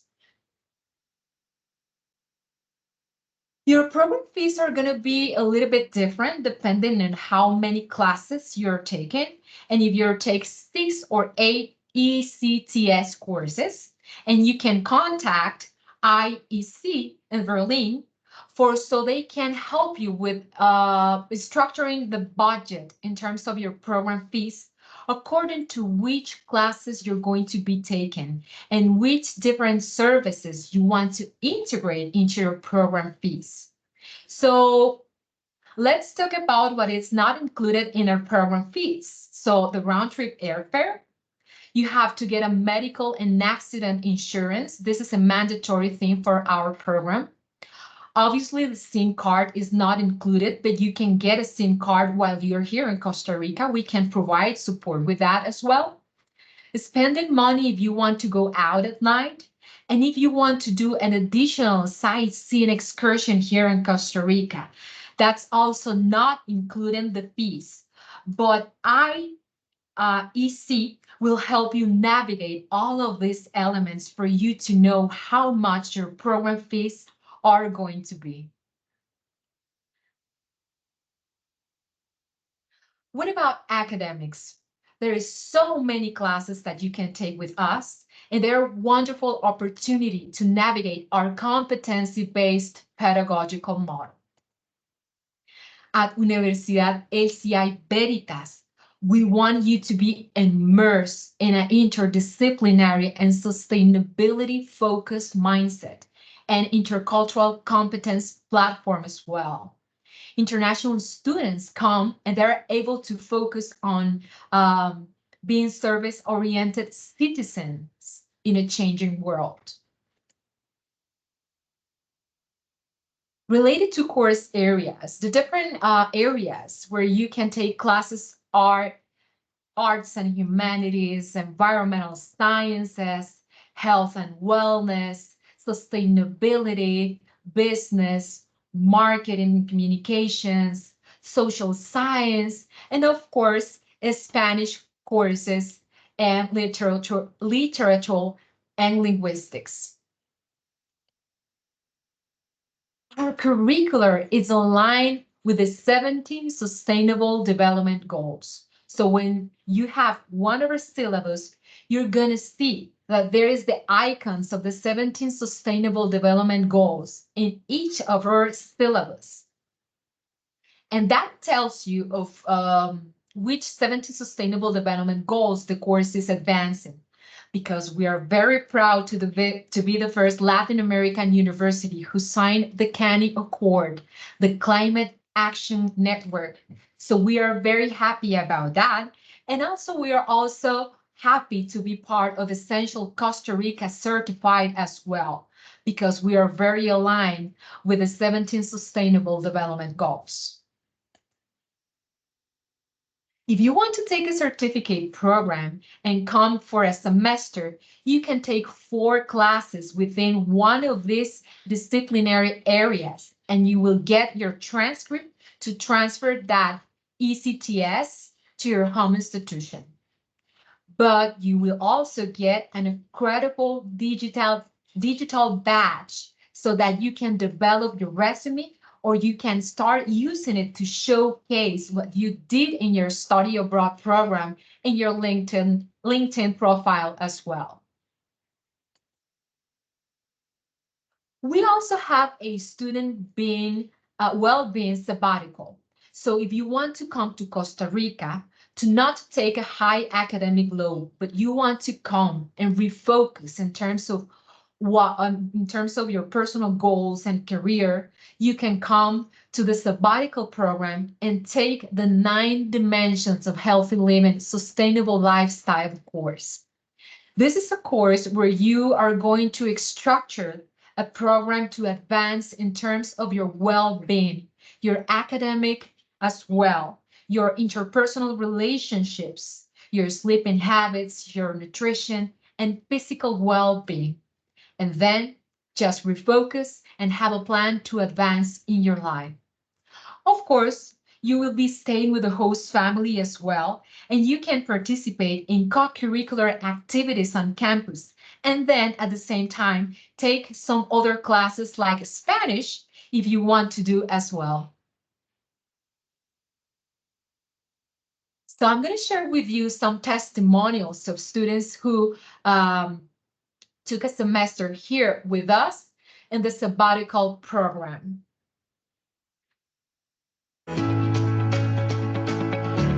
Hi, I'm Alejandra Barahona. I'm the director of the Center for International Programs and Sustainability Studies here at Universidad Veritas. At Study Abroad Veritas, students can also come and take Spanish classes, ecological photography, mural painting at the same time that they're working with Dr. Dani Recio in Sustainable Lifestyle, 9 Dimensions of Healthy Living. Hi, my name is Danny Recio. I'm the professor for Sustainable Lifestyles. We have almost 2 decades of experience working with study abroad in mental health, and now we want to bring it to the college population who might not necessarily be fully struggling with mental health issues, but might be curious if there's more to life than just dragging your feet through college. Hi, my name is Kanan Michelle. My name is Edward Howell. I'm Julia. My name is Lauren. Hi, my name is Elijah Riley. My name's Olivia Berg, and I'm studying abroad here in Costa Rica. I noticed this class about sustainable lifestyles. It's all interconnecting, and it's important to find balance within so that you can be happy. It makes you have to think about whatever you're doing in life, being mindful, just getting to that best version of yourself. I thought it would be really cool to get a lot of different perspectives from people from all over the US and all over the world. So like, if you live healthy, like yourself, I also feel like it's gonna influence the nature and the people around you in a positive way. This class is a class that I've really enjoyed because all of the work for the class and in class has been something that has been, most of the times it's collaborative. So you're working with other people in the class. You get to learn about their point of views. I love the way this class is structured because we're first given a lecture about like what the topic is, and then we are given like a lot of freedom to work with one another. It was really beneficial to learning, and because I think that learning from experience is probably the best way of learning, in my opinion. Also, we took a field trip to a local, like an indigenous community, and that was like one of the most fulfilling moments of my life. And I also really liked our field trip. I feel like we got all out of it and like got some really crazy opportunities that we normally don't have. I think that it was by far the most fun trip that I've took. Being welcomed and immersed in an environment that was completely different from what I've ever experienced. everything that we saw, we were learning about it, and there was people that were more like experts on the topics, and they were able to teach you their knowledge. Like camping, which was fun because then I really got to be with nature. I heard like the cicadas, the birds, hearing more about the environment and like the surroundings I'm in, and also like doing more community service. That's something I want to implement when I'm back home. The idea of community and culture, it made me like think about what the importance of it is in my life and like what I want for that for myself, like in the future, especially being in a period of time where you're kind of deciding a lot of things in your life. We also got to work on our physical body and do surfing. That was a really, really awesome experience, and I wasn't expecting it to hit so deep with me, but afterwards, like I felt really connected with everybody.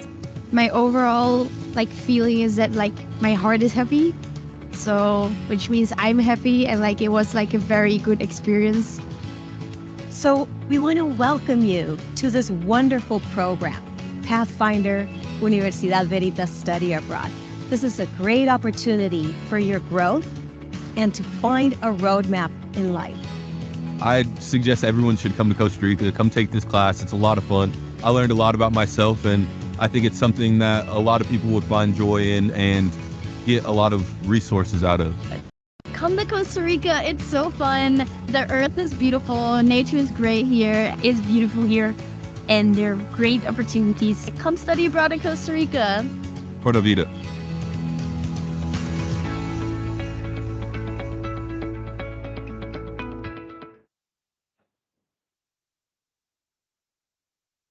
Pura vida is one of our favorite expressions here in Costa Rica. So definitely you're going to learn the meaning of that word if you're coming here.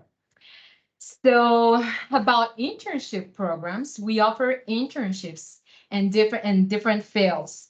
And there's areas where you can come and spend some time with working with organizations and NGOs and getting credits for an internship while you're navigating what it's like to work in Costa Rica with organizations or companies as well. So the available internships are right now molecular marine biology, wildlife conservation, human rights, social work, primary school, early childhood education, English as a second language, psychologist assistant, occupational therapy, language therapy, and business with our travel agency or one of the creative industries that we work with.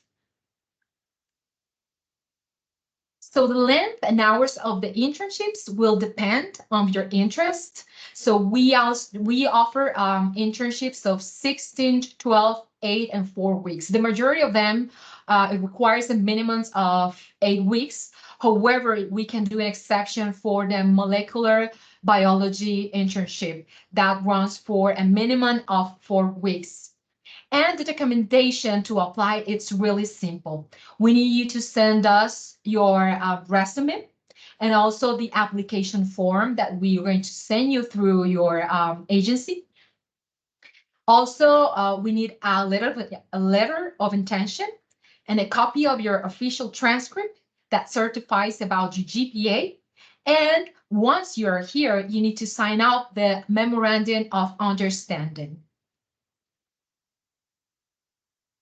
So our internships are full-time, so keep this on mind. While you're taking an internship, probably you won't be able to take some of the elective courses or Spanish courses happening in the morning or afternoons. So it means that if you want to add an elective courses to increase your experience, you need to take that course during the night.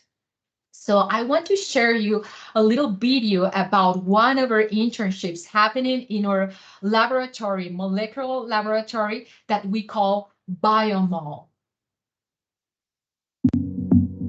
The Biomol is a fully equipped molecular biology laboratory. Here we have all the equipment necessary for DNA extraction, PCR, and electrophoresis. If you are interested in conservation of endangered species or conservation genetics, you are welcome to come and work with us. We have different programs like service learning or internships. where you can come and gain experience working with researchers in the field as well as in the lab. We welcome you to come here and learn with us.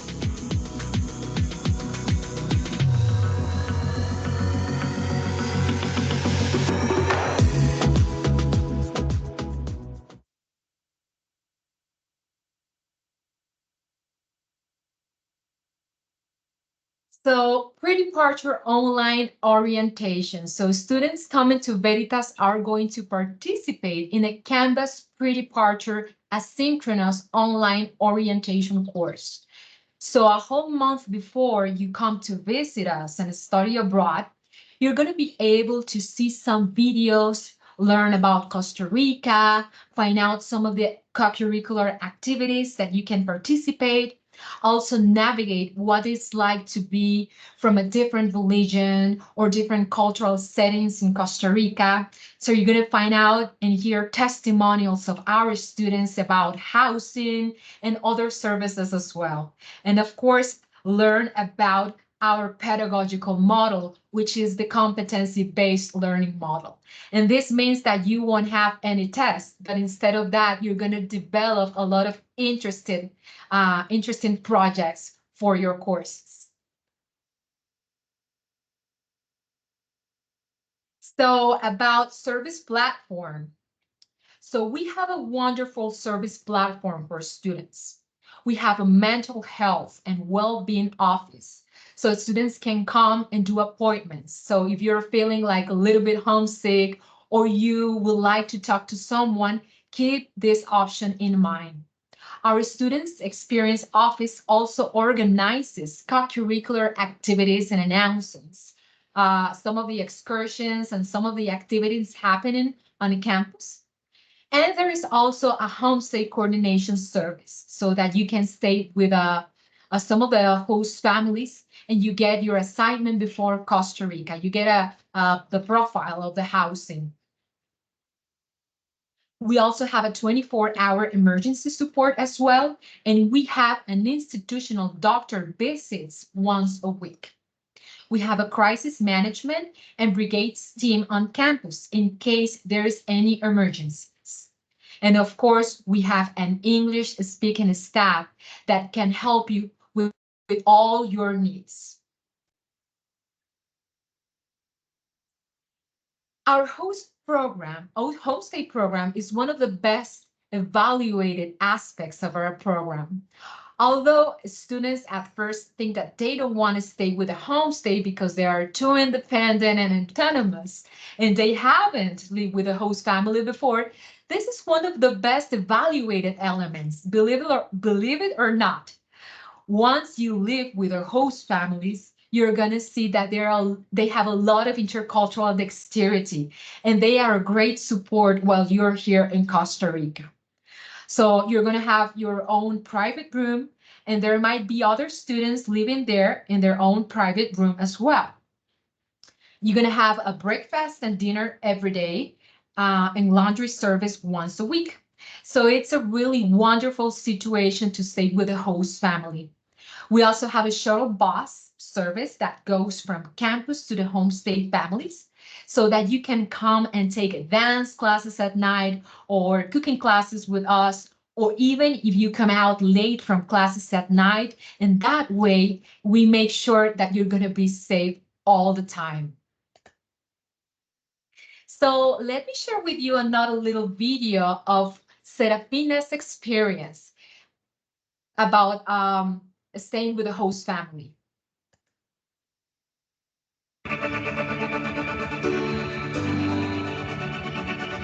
Hello, my name is Serafina. I am from Indiana, United States, and I am really excited to be here in Costa Rica. I've been studying abroad here for 2 months so far, and I absolutely love it. It is the best experience I've had in my life thus far. I'm super excited to be here, and every day I just love soaking everything all in. So I stay with a host family, which I think is the absolute best way to immerse yourself in a culture. When I was looking to study abroad, I really wanted to stay with a host family. I kind of did not want to stay in a dorm or an apartment setting because I really wanted to immerse myself in the culture. but I learned so much so fast, and I'm still learning every single day, and I love that aspect of it. It's amazing to like reflect on my experience here and actually live in a house in Costa Rica. You know, it's really the raw experience, and that's what I love about Costa Rica.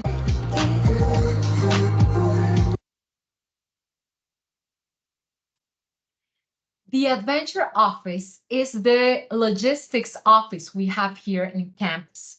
So they are the ones who will coordinate your housing with the homestays, also airport pickup and drop off.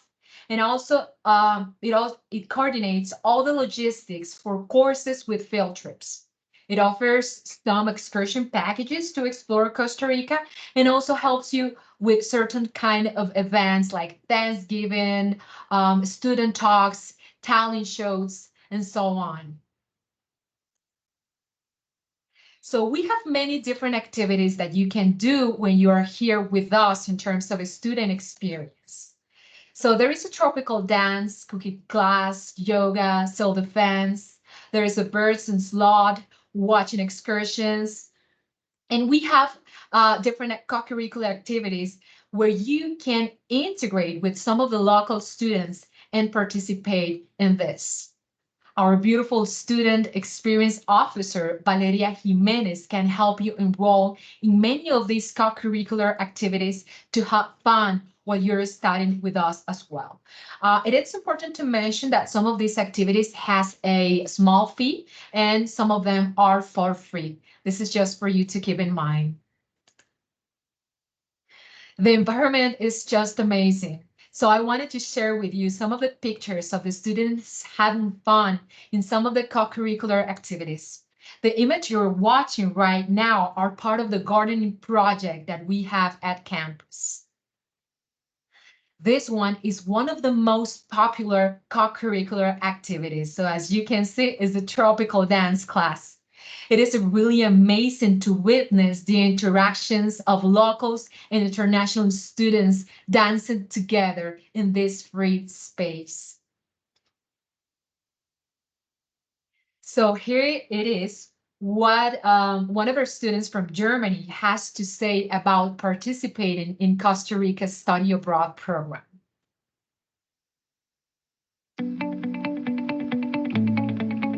Ich kann es sehr empfehlen, hier hinzukommen, weil gerade die Leute, die euch helfen und euch begleiten von Anfang an, das sind super Ansprechpartner. Die haben mir bei wirklich allem geholfen. Also man hat die Möglichkeit, dass man am Anfang hier Spanischkurse wählen kann. Die gehen dann jeweils einen Monat und ihr werdet dann anhand eures Levels quasi eingestuft. Und des Weiteren könnt ihr dann eure Electives wählen, die ihr braucht. Ich studiere Business Administration more or less, deswegen habe ich hier auch den Fokus auf Business. Ich habe 4 Kurse und ich mag es sehr gerne. Ich musste für meine Uni ein Learning Agreement erfüllen, weil sie mir halt vorgeschrieben haben, quasi welche Kurse ich brauchte. Und die meine Ansprechpartner von hier haben mir von Anfang an geholfen und gesagt, welche Kurse ich nehmen kann, welche Möglichkeiten es gibt. Ich mag das Studieren hier sehr gerne, weil es deutlich dynamischer und interaktiver ist als bei uns, weil man hier nicht am Ende des Semesters quasi anhand von Klausuren gemessen wird, weil man hat verschiedene Möglichkeiten. Ihr habt Präsentation, ihr habt verschiedene Workshops, die ihr machen werdet und Vorträge, die ihr halten müsst. Und im Großen und Ganzen ist es alles ein bisschen lockerer und offener und das macht euch aber auch, finde ich, flexibler. Einfach auch, um mehr selbstbewusster zu werden, was das Sprechen angeht. Und gerade das auch im Englischen, was ich denke, was für später auch sehr wichtig ist. Und generell hier das Alltagsleben ist sehr angenehm. Man kommt mit sehr vielen internationalen Leuten zusammen und auch mit den Einheimischen von hier ist es sehr schön, weil es eigentlich relativ leicht geht. Dann ist es noch so, dass man mehr auch über die Kultur und über die Struktur der Leute hier kennenlernt und über das Leben hier, was wirklich sehr interessant ist. Egal, um welches Thema es ging, ob es um die Gastfamilie ging, ob es um die Kurse ging, ob es sich irgendwie um die Interaktion und die Exkursionen und sowas, die es hier gibt, handelt. Es war alles sehr gut. Es macht einfach super viel Spaß und es ist wirklich eine super schöne Erfahrung.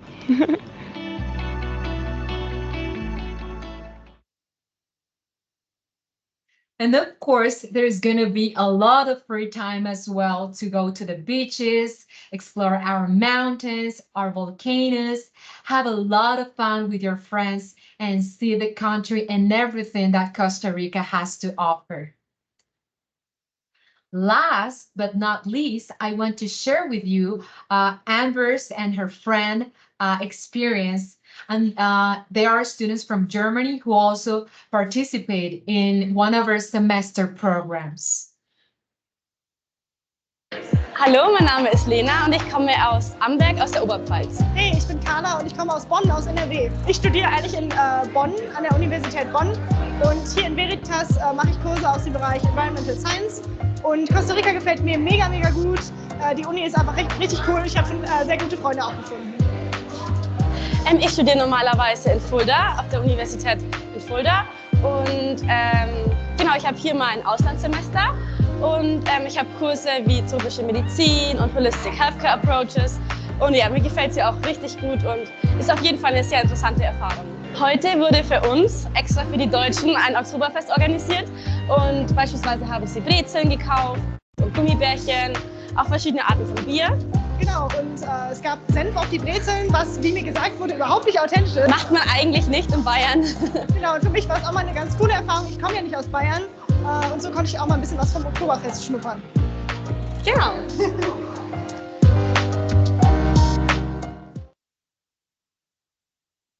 So thank you very much for sharing with us this time. And you have any questions about our classes, this is the contact of Valeria, the officer, but I strongly recommend you to contact IEC so they can let you know how this is going to work with you.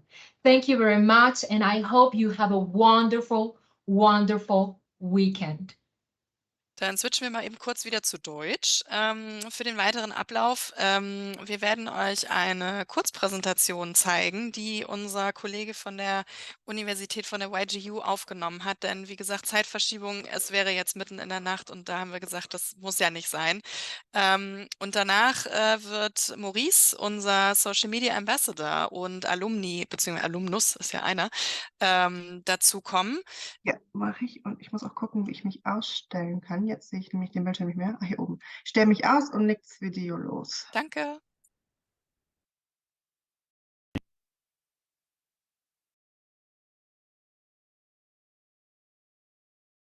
Hi, my name is Daniel Guys. Greetings from the International College of Liberal Arts at Yamanashi Gakuin University from Kofu, Yamanashi, Japan. The ICLA, for short, is a department of Yamanashi Gakuin University. We offer a Bachelor of International Liberal Arts with majors in global business and economics, interdisciplinary art, Japan studies, political science, psychology, and from September, interdisciplinary data science. We have a bunch of other electives you can take, and it's all taught in English. So it's a really great place to come and do your semester or year abroad. So without further ado, let's talk about Japan and what you can study here and why you should study here. So Japan is a country that's fascinated visitors for generations, really. And it's an increasingly popular place for people to come and study. There's some good reasons for that. One, you are guaranteed a very high quality of education here, and the courses you do will be recognised by your university. And you can study here at a very affordable rate. Japan is a very safe country. The crime rate is very low. Japan is internationalising rapidly, so it's a very easy place to live, to visit, even if you don't speak a lot of Japanese. Japanese companies are active all over the planet. So the skills you gain here, the knowledge of Japanese culture, Japanese business culture, will help you into the future. But most importantly, it is an amazing place to live. It's an amazing place to come and be an international student. Japan is a place where you can really, experience the traditional culture and the natural environment and respect for that they have. The balance between the ancient, the modern, the built, the natural environment, but also, you know, the ability to, you know, go and experience the culture, the fashion, the music, etc. And of course, the food. You know, there's nothing like Japanese food in Japan, trust me. So come here and experience it all for yourself. Now, ICLA is a liberal arts college, so a lot of people are not quite sure what, you know, that means. You know, does that mean fine arts? You know, does it mean just humanities? But you know, originally liberal arts was defined as, you know, art in terms of a learned skill. So in terms of how we teach, I like to refer to it as a philosophy or a style of teaching rather than the content being different. So at ICLA we have a very broad and diverse curriculum. In Japan we have majors, but we don't do minors in our degrees. So that gives our students a lot of freedom to pick electives either from the other majors that we offer or from the elective courses that we offer. We take a very interdisciplinary approach to education. By encouraging our students to take electives from outside of their major, they're learning about the linkages between economics and politics, how that impacts art and culture and human psychology, and how these cycles repeat throughout history. This means that, you know, you're really learning how to think and, you know, how to take a multi, you know, polar view of, you know, day-to-day problems, challenges facing the world, and this leads to you making, you know, better day-to-day decisions, better investment decisions, better career decisions, because you're able to think empathetically. You're also able to be more of a lifelong learner if you understand these things. So we have a very active and varied assessment model. We have small class sizes, on average 15 to 25 students, so there's a lot more discussion, interaction between you and the professors, between you and the other students, and this really helps develop your employability. You're not just getting, you know, narrow technical knowledge from the major or the courses that you're taking. You're learning, you know, how to communicate cross-culturally and empathetically, and these are very important skills that modern employers are looking for. So, ICLA. A little bit about us and where we are. We're located in a city called Kofu, which is in Yamanashi Prefecture. Yamanashi is right next door to Tokyo. Tokyo borders us on quite a few sides to the east, and we are only 90 minutes by rail from the centre of Tokyo. There's an express train from Kofu to Shinjuku, which is right in the centre of Tokyo. Yamanashi is also known as the home of Mount Fuji. I think 80% of people that climb Mount Fuji leave from the Yamanashi side of it. So the 5 Lakes of Fuji area, and Fujisan itself is about a 45-50 minute drive south of the campus. There's places all over the prefecture for, you know, hiking, mountain climbing, fishing, camping, road cycling, paragliding, you name it. We have a really nice historic downtown. The city of Kofu itself is located in a mountain basin. We're surrounded by mountains on all sides. It's a city of about 200,000 people, has a great microclimate, has some of the most number of sunny days of any city in Japan, much lower cost of living than Tokyo, but great access to the capital for weekend trips, etc. Some other cool spots around the prefecture, Fuji-Q Highlands, which as you can tell is pretty close to Mount Fuji from that photo. As again, about a 50-minute drive south of the campus. That has a large number of current or former world record holding roller coasters, including something called a 4D roller coaster. So if you're into that, if you want to terrify yourself, I think it also has the largest haunted house on the planet. You can go and check that out. It's a really cool spot. Yamanashi Gakuin University, of which ICLA is a department, is a private not-for-profit university founded after the Second World War. In total, we have about 4,000 students at YGU, and in ICLA we have about 300 currently. That's growing every year. Yamanashi Gakuin University is quite famous in Japan for sports. A lot of students and alumni have gone on to represent Japan at the Olympic Games. We have 5 undergraduate departments here, most taught in Japanese, because ICLA is taught in English. We have a postgrad school of social sciences, also taught in Japanese. So ICLA, for our degree-seeking students, they will receive a Bachelor of International Liberal Arts. Of our student body, currently about 74% of our students come from overseas, the rest are Japanese, of course. And it's very, very multicultural. Our students come from over 50 different nations. So you're not just learning about Japan, you're learning about the cultures of many other people at the same time. We have a great student to faculty ratio. This is the kind of place where you get on a first name basis with your professors. And again, it's taught in English. You do not need to speak any Japanese to apply for a semester or year abroad, or for the degree program for that matter at ICLA.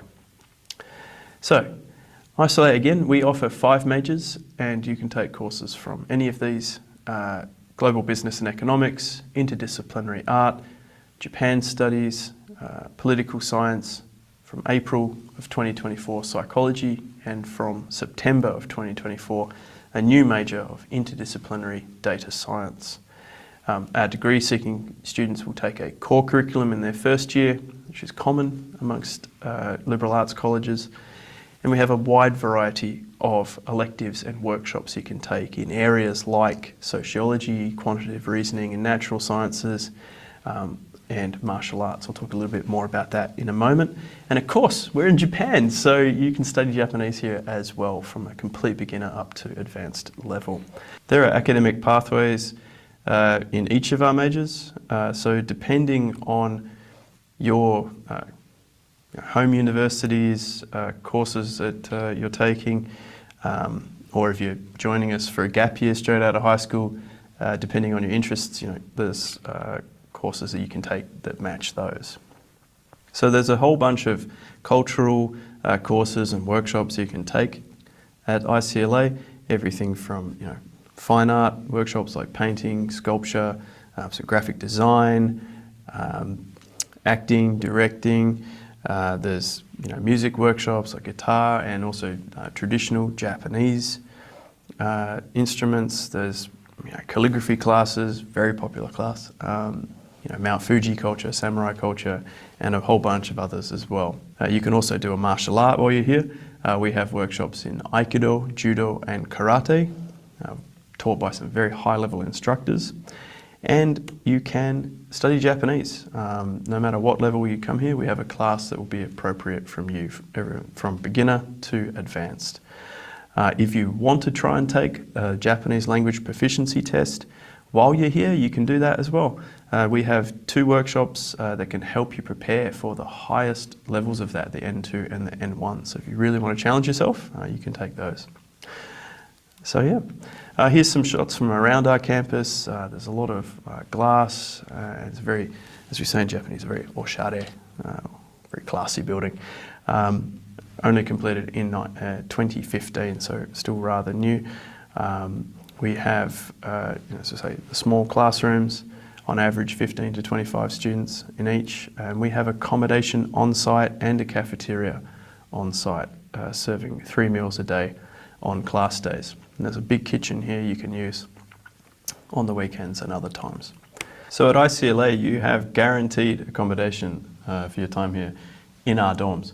It is single room accommodation, so no fighting over the air conditioner level or who left their socks where. It's your own room. There are up to max 8 students in one unit, so you're sharing bath and toilet facilities with them, and there's 3 units on each floor. The dorms at ICLA are actually connected to our building, so you can be up and in classes in under 5 minutes, maybe. So in terms of student life, there's lots of clubs and societies. active on campus, and there's festivals all throughout the year, both here at the university and in the local community as well, and our students take part in all of the above. ICLA as well has 2 galas, musical and art gala, every year in winter and summer. Our entry requirements, you will need to show us your high school diploma, and if you're currently enrolled in university, your university transcript as well. You will need proof of your English language ability if your high school was not taught in English. If you're coming from Germany, we do accept the DAAD. You'll need a minimum of B2 level. Otherwise, there's a variety of other English language qualifications you can use, like IELTS, TOEFL, TOEIC, Duolingo, etc. You can see the fees for our study abroad program on screen now. In addition to the application fee, there is an enrolment fee that is payable when you wish to accept the offer to study for a semester or 2 at ICLA. And now you can see the room and board fees on screen as well. ICLA has 2 intakes every year. We have a spring, which is an April 1st start, and a fall, which is a September 1st start. Those are our 2 intakes, and you can see the deadlines for both on screen now. Step 1 is to register using IEC's assistance. IEC has sent many students to ICLA over the years, and they can help you complete it. It is a completely online application, so you just send them electronic documents. They can upload that for you. And you will need to pay the application fee, which is currently 10,000 yen. That's it from me. Thank you for listening to the presentation. Make sure to check us out on social media if you haven't already. We're active on Facebook, Instagram and YouTube. We have some great videos up on YouTube, so please check it out. All right, thank you very much.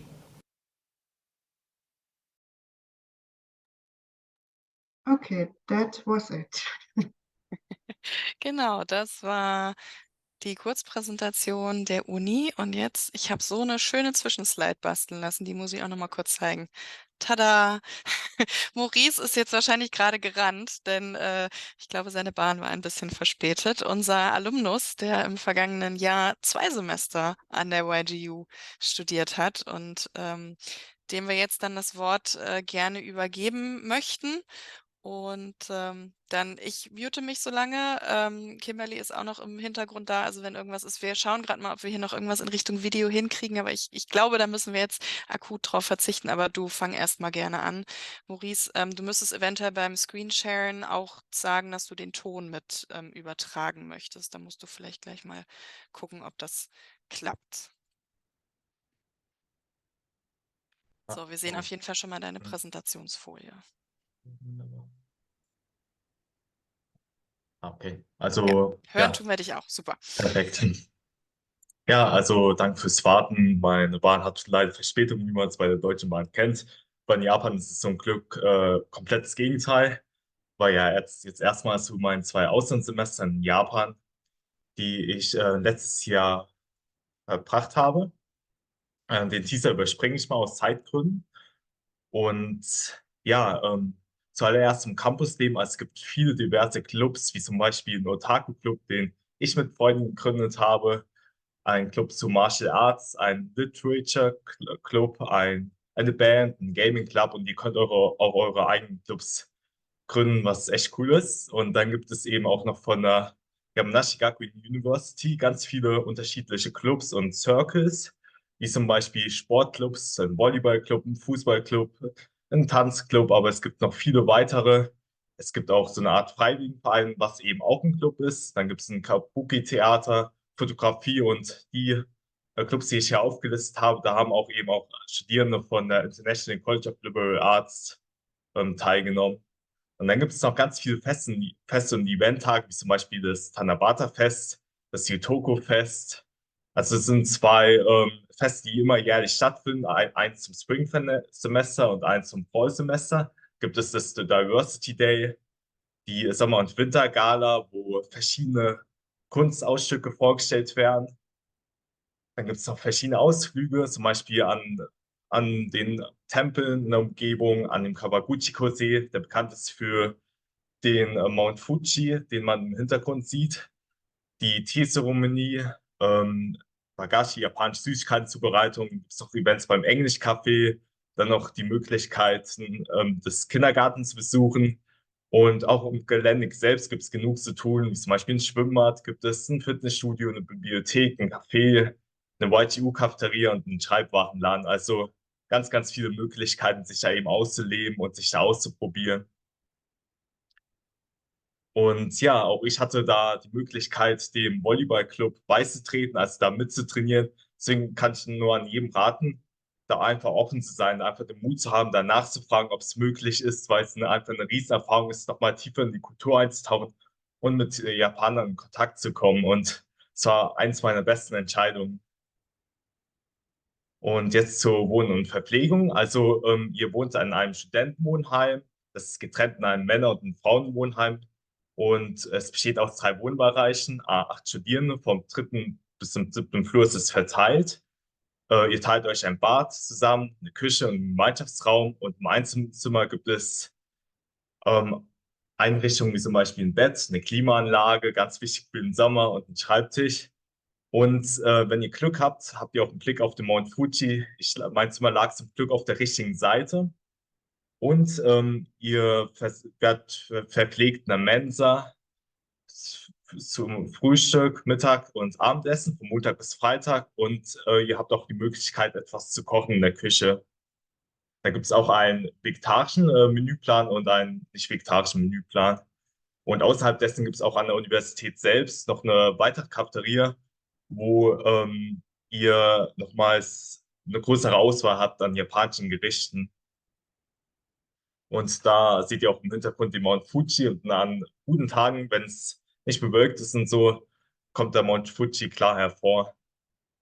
Ansonsten zur Stadt Kofu, das ist die Stadt, wo die Universität liegt, und die liegt, und zwar, um genau zu sein, in Sakaori. Das ist eine Station vor Kofu entfernt, und es ist eine Stadt von 200.000 Einwohnern. Und dort gibt es auch viele Freizeitaktivitäten, wie zum Beispiel ein Onsen, was für mich eine Empfehlung ist, was ich immer sehr genossen habe. Gibt es Karaoke, ein Vergnügungscenter mit Bowling, Karaoke und Arcade-Spielen. Okay. Und dann noch gibt es ein Einkaufszentrum mit einem Shopping und Kino, ein Aeon Big, das ist eines der günstigsten Supermärkte, das ist eine Empfehlung von mir. Moment. Okay. Und dann gibt es noch zu Kulturelles gibt es noch das Takeda-Kessel, was sehr bekannt ist, der Takeda-Schrein und das Kaisen-Boji-Tempel. Und zu Takeda selbst. Diesbezüglich findet immer jedes Jahr Oktober, hat es letzten Jahr stattgefunden, am 31. Oktober, gibt es das sozusagen das größte Samurai-Festival in Japan, findet dort statt, und da hatte sogar die Universität selbst die Möglichkeit, da eben mitzulaufen als Truppe mit der Samurai-Rüstung, was eine einzigartige Erfahrung ist. Okay, und hier seht ihr auch im Hintergrund den Takeda Castle in der Nacht, also wirklich schön anzusehen. Und zur Präfektur Yamanashi. Also es ist jetzt nicht so bekannt wie andere Präfekturen. Es ist auch eher bekannt als die ländlichen Alpen. Es ist bekannt für den Obstanbau, wie zum Beispiel Pfirsiche oder Weintrauben. Und den Weinanbau, die Hoto-Nudeln, die Skipisten, Onsen und das größte Samurai-Festival in Japan, wie vorhin erwähnt. Und zwischen Yamanashi und Shizuoka liegt der Mount Fuji sowie die 5 Seen, wie insbesondere der See Kawaguchiko und die malerische Shureito-Pagode. Und dann gibt es noch weitere Attraktionen, wie zum Beispiel das Fuji-Q Highlands mit Achterbahnen auf Rekordniveau, Shosenkyo Gorge, also eine schöne Schlucht, und ein frischer Park. Ja, hier seht ihr auch im Hintergrund das größte Samurai-Festival in Japan. Also es war wirklich sehr beeindruckend zu sehen, wie viele Truppen da mit verschiedenen Rüstungen durch die Straßen gelaufen sind. Und ja, jetzt zu den Orten, wo ich in Japan war. Und ich kann euch nur sagen, Japan hat unglaublich viele diverse und interessante Orte. Also vom Norden bis zum Süden gibt es überall was Neues zu entdecken. Und ja, auch ich hatte eben die Möglichkeit, verschiedene Orte kennenzulernen, wie zum Beispiel natürlich eben Tokio. Und das Gute ist an der Universität, das ist nur so circa 1,5 Stunden im Schnellzug entfernt. Sagen wir mal 2 bis 2,5 Stunden mit einem günstigen Zug, mit dem Bus entfernt. Und in Tokio gibt es einfach unglaublich viel zu tun. Also da könnt ihr locker ein ganzes Wochenende verbringen. Und vor allem, wenn ihr zum Spring-Semester anfängt, könnt ihr auch die Kirschblüten, gibt es auch schöne Kirschblütenplätze dort. Und dann noch Kamakura, eins meiner Lieblingsorte, weil man einfach einen total tiefen Einblick in die Kultur bekommt, in die buddhistische Kultur auch. Gibt es sehr viele Tempel, ist umgeben von Natur und ist jetzt auch nicht so touristisch wie Kyoto, etwas weniger. Und es ist auch näher an Tokio. Dann gibt es noch Enoshima, das ist auch so 1,5 Stunden von Tokio entfernt. Und ja, das ist einfach ein süß kleines Inselchen mit einem Liebesschrein, mit einem Strand und ist eine schöne Insel, schöne kleine, ist halt eine Insel, die halt mit der Brücke an Land angebunden ist. Also das ist eine Empfehlung von mir. Dann Yokohama, das ist bestimmt auch vielen ein Begriff. Das ist die zweitgrößte Stadt Japans sozusagen und ist bekannt für seinen Chinatown, für seinen schönen Hafen und ist eine sehr lebhafte Stadt. Und ja, Kyoto ist bestimmt auch für jeden ein Ziel, weil also dort kommen halt all die Facetten von Japans Kultur zu erleben und es hat wirklich wunderschöne Tempel mit wunderschönen Gärten, das Essen dort schmeckt super und ja, es gibt dort einfach total viel zu entdecken.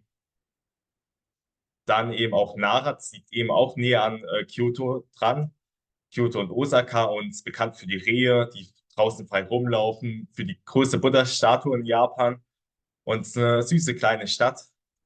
Und noch Osaka, bekannt für seine Restaurants, für das Universal Studios, also das Freizeitpark, und für das Osaka-Schloss, was ihr auf der linken Seite seht. Also dort könnt ihr super in Restaurants das Essen probieren und shopping gehen.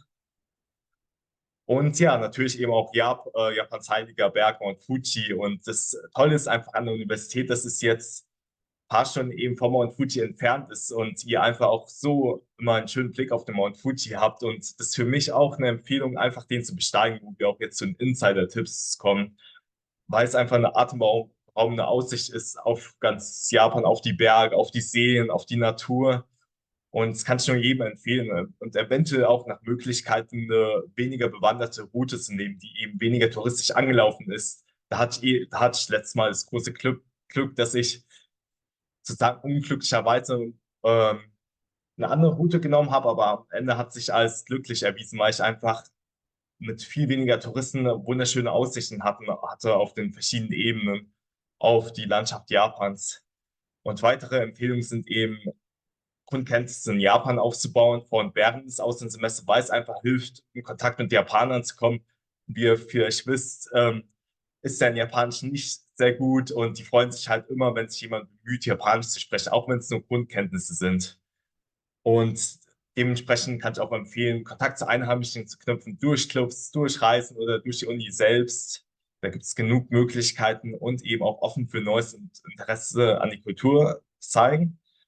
Und was für mich auch eine Empfehlung ist, einfach die Ziele und die Wünsche zu reflektieren. Also worauf lege ich meinen Fokus im Auslandssemester? Was ist mir wichtig? Ja, eventuell auch, was möchte ich sehen? Und ja, mein Ziel war einfach die Kultur Japans kennenzulernen, die Traditionen kennenzulernen und eben auch das Volleyball in Japan kennenzulernen. Und das hat sich auch erfüllt und dafür bin ich sehr dankbar. Ja, und natürlich gibt es noch viele weitere Insider-Tipps, aber das sind so für mich die wichtigsten, die ich euch geben kann. Und ja, zum Schluss möchte ich euch fragen, ob ihr noch offene Fragen habt. Kimberly, hast du sonst noch was wir Maurice vielleicht fragen wollen, was so beispielhaft wäre? Was ist irgendwie wichtig für die Planung oder Ich Überlegungen? hatte überlegt, ich habe mit Maurice schon mal ein Webinar gemacht und das war ein bisschen ausführlicher. Und da hattest du deine Kurswahl erwähnt. Vielleicht möchtest du da noch mal ein bisschen drauf eingehen, um den Leuten ein bisschen einen Überblick zu geben, was denn die Möglichkeiten sind und vielleicht auch, wie du die Kurse fandest, die du gewählt hast. Ja, also zur Kurswahl, es gibt sehr, sehr viele Kurse und ich war zum Glück relativ frei in der Kurswahl. Dementsprechend habe ich eher Kurse jetzt im Fokus zur japanischen Kultur ausgewählt. Also vor allem kann ich nur jedem empfehlen, japanischen Sprachkurs zu belegen, weil die ja, Professoren dort wirklich gut sind und ja, dort gibt es eben auch noch viele weitere Kurse der japanischen Kultur, eben auch Workshops, wie zum Beispiel den Mount Fuji Culture Workshop. Dann gibt es noch Workshops zu den Martial Arts und eben auch zu Kurse zu Kalligrafie, zu äh, Mangas und Anime Studies, also wirklich interessant, aber daneben gibt es eben auch Kurse in den Fachbereichen Wirtschaft, Psychologie, Soziologie, ähm, sagen Computer Science, ähm, Politikwissenschaften, also ganz viele verschiedene Kurse und ja, also was so für mich Kursempfehlungen sind, einfach ein japanischer Sprachkurs, Kurse über die japanische Kultur, eben auch die Workshops, da gibt es auch wirklich interessante, zum Beispiel das Mount Fuji Workshop, dort habt ihr eben die Möglichkeit, eben die Geschichte und die Folklore rund um den Mount Fuji kennenzulernen, eben auch die verschiedenen bekannten Orte dort zu besuchen, was wirklich interessant ist. Mm, ja, und bezüglich der Kursweise da gibt es eben die Voraussetzungen, aber es hängt vielleicht auch manchmal von der eigenen Hochschule ab, aber von dort die Voraussetzung, mindestens 12 Credits zu belegen. Das bedeutet eben, also so ein Kurs ist 3 Credits, ein Workshop ist 1 Credit und man darf halt nur, man muss halt, ich glaube, man darf halt höchstens man muss mindestens 3 Kurse nehmen und dann 3 Workshops, wenn man 12 Credits hat. Und ja, man darf maximal 18 Credits haben, aber dies wiederum, also bei mir gab es jetzt keine Vorgaben, eventuell hängt es auch manchmal von der Hochschule ab, ob es da eine Anforderung gibt, so psychische Anerkennung und so. Mm, ja, ansonsten, also Kurse sind zweimal die Woche waren es, glaube ich, oder zweimal die Woche nee, zweimal die Woche waren es 1,5 Stunden. Genau, und so ein Workshop ist eigentlich einmal die Woche. Ja, und außer der japanische Sprachkurs, der ist 3-mal die Woche. Aber ja, äh, also diesbezüglich jetzt. Danke dir. Ich war jetzt mal eben so frech, Maurice, und habe dir die Ja, ist gut. Screen-Rechte entzogen. Ich hoffe, du hattest jetzt nicht noch irgendeine Slide, dann Nee, wechseln wir nee. natürlich gerne nochmal. Nee. Ja, genau. Also Kurswahl hast du ja schon sehr schön erklärt. Manchmal, glaube ich, hat man dann eher so das Überangebot, wo man gar nicht weiß, wo man anfangen soll. Ähm, hm. Aber da gibt es auch die Möglichkeit, etwas auszuprobieren, dann immer noch das zu ändern. Also, das ist das Gute. Hm. Mhm. Hattest du damals eigentlich schon direkt gewusst, dass es Japan sein soll und nichts anderes, oder hast du geschwankt zwischen Destinationen? Also, Japan war so mein Platz 1, weil ich durch Animes und Mangas, also da hatte ich meinen ersten Berührungspunkt, deswegen wollte ich dort schon immer hingehen. Ja, deswegen war es halt mega praktisch, dass halt so eine Uni gab in Japan, um mich dort als Freemover zu bewerben. Aber ich hatte auch Länder interessiert, wie zum Beispiel Neuseeland. Ja. Hatte ich vorhin ja schon mal geschrieben, wenn es dann im Anschluss noch Fragen gibt, meldet euch einfach gerne bei uns im Team. Chat, Telefon, Beratungstermin ausmachen oder lasst es erstmal sacken. Oder kommt halt gerne auch morgen und übermorgen noch dazu. Da haben wir noch weitere Unis dabei. Unter anderem kommt noch eine Uni aus Kanada, nochmal eine Uni aus den USA. Wir haben eine Uni aus London, aus England mit dabei. Wir haben nochmal einen Alumni, der an der UC Berkeley studiert hat. Darunter dann morgen nochmal Finanzierungsthemen und am Donnerstag eben so ein bisschen mehr Netzwerken, Mehrwert des Studiums. Da, Maurice, vielleicht kannst du dazu was sagen. Hast du einen schönen, tollen, großen Freundeskreis jetzt so über die Welt verstreut? Wie hat sich das durch das Also, Auslandssemester bei dir ergeben? ja, also definitiv einfach eben durch die Uni dort studieren halt Leute aus der ganzen Welt und da habe ich durchaus Freunde aus Europa gewonnen, aus Asien und Amerika gewonnen und ja, da hab ich dann auch die Möglichkeit, die besuchen zu kommen. Zum Beispiel, ich werde einen Freund aus Dänemark besuchen und das ist einfach ganz schön, einfach nochmal andere Orte dadurch kennenzulernen. Ja. Ja, Dann, Maurice, würde ich dich einladen, wenn du möchtest, kannst du dich ausloggen. Wir ja, wünschen dir einen schönen danke. Abend. Ich hoffe, du kannst das Gleichfalls. Wetter noch genießen Mhm. und dann vielleicht bis bald. Ja, danke, ciao. Tschüss. Ciao. Und es gibt natürlich auch zusätzlich zu den Webinaren jetzt im Moment in den nächsten Wochen und Monaten weitere IC-Webinare, weitere Partnerpräsis. Wir reisen aber auch an Unicampusse und Hochschulen innerdeutsch. Da könnt ihr uns dann zum Teil auch treffen. Am Infostand noch mal ein paar Goodies einsammeln oder uns Fragen stellen. Also guckt da gerne auch mal bei uns auf die Webseite zu Webinare und Veranstaltungen. Da findet ihr dann die entsprechenden Infos. Das updaten wir in den nächsten Wochen auch regelmäßig. Da kommt dann immer noch mal was dazu.